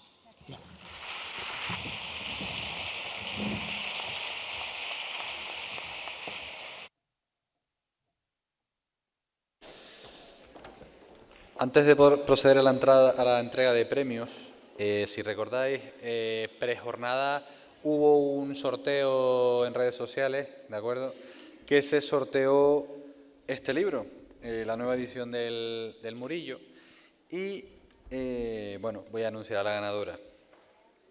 Bueno, ya sabéis que es una chica. La ganadora es María García Lorenzo, de Albacete, residente de primer año. ¿María? ¿No estás aquí, María? ¿Se ha ido María? No puede ser. Otro sorteo. No puede ser. ¿Se ha ido María, en serio? ¿No hay nadie aquí que conozca a María? ¿Sí? ¿No? Ah. No, pero si le dije que tenía que estar aquí ahora.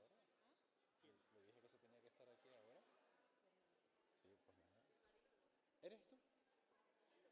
Ah. Jesús. Vale, pues sí. Si podéis apartar para el QR.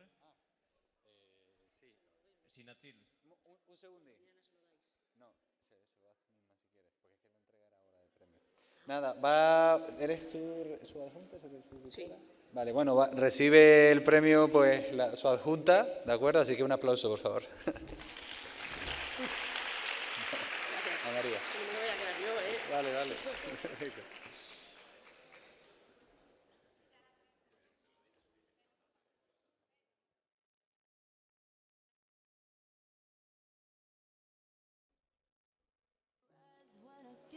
Bien.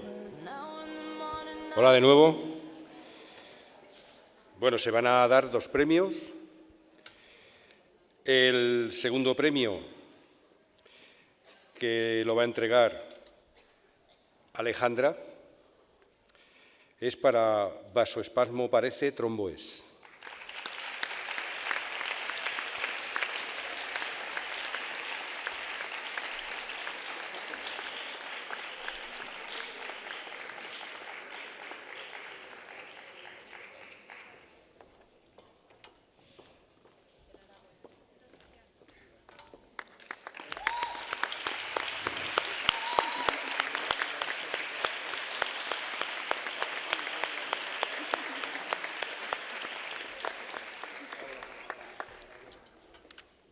Y el ganador, el primer premio, es para cuando las piernas se cansan, se pedalea con el corazón.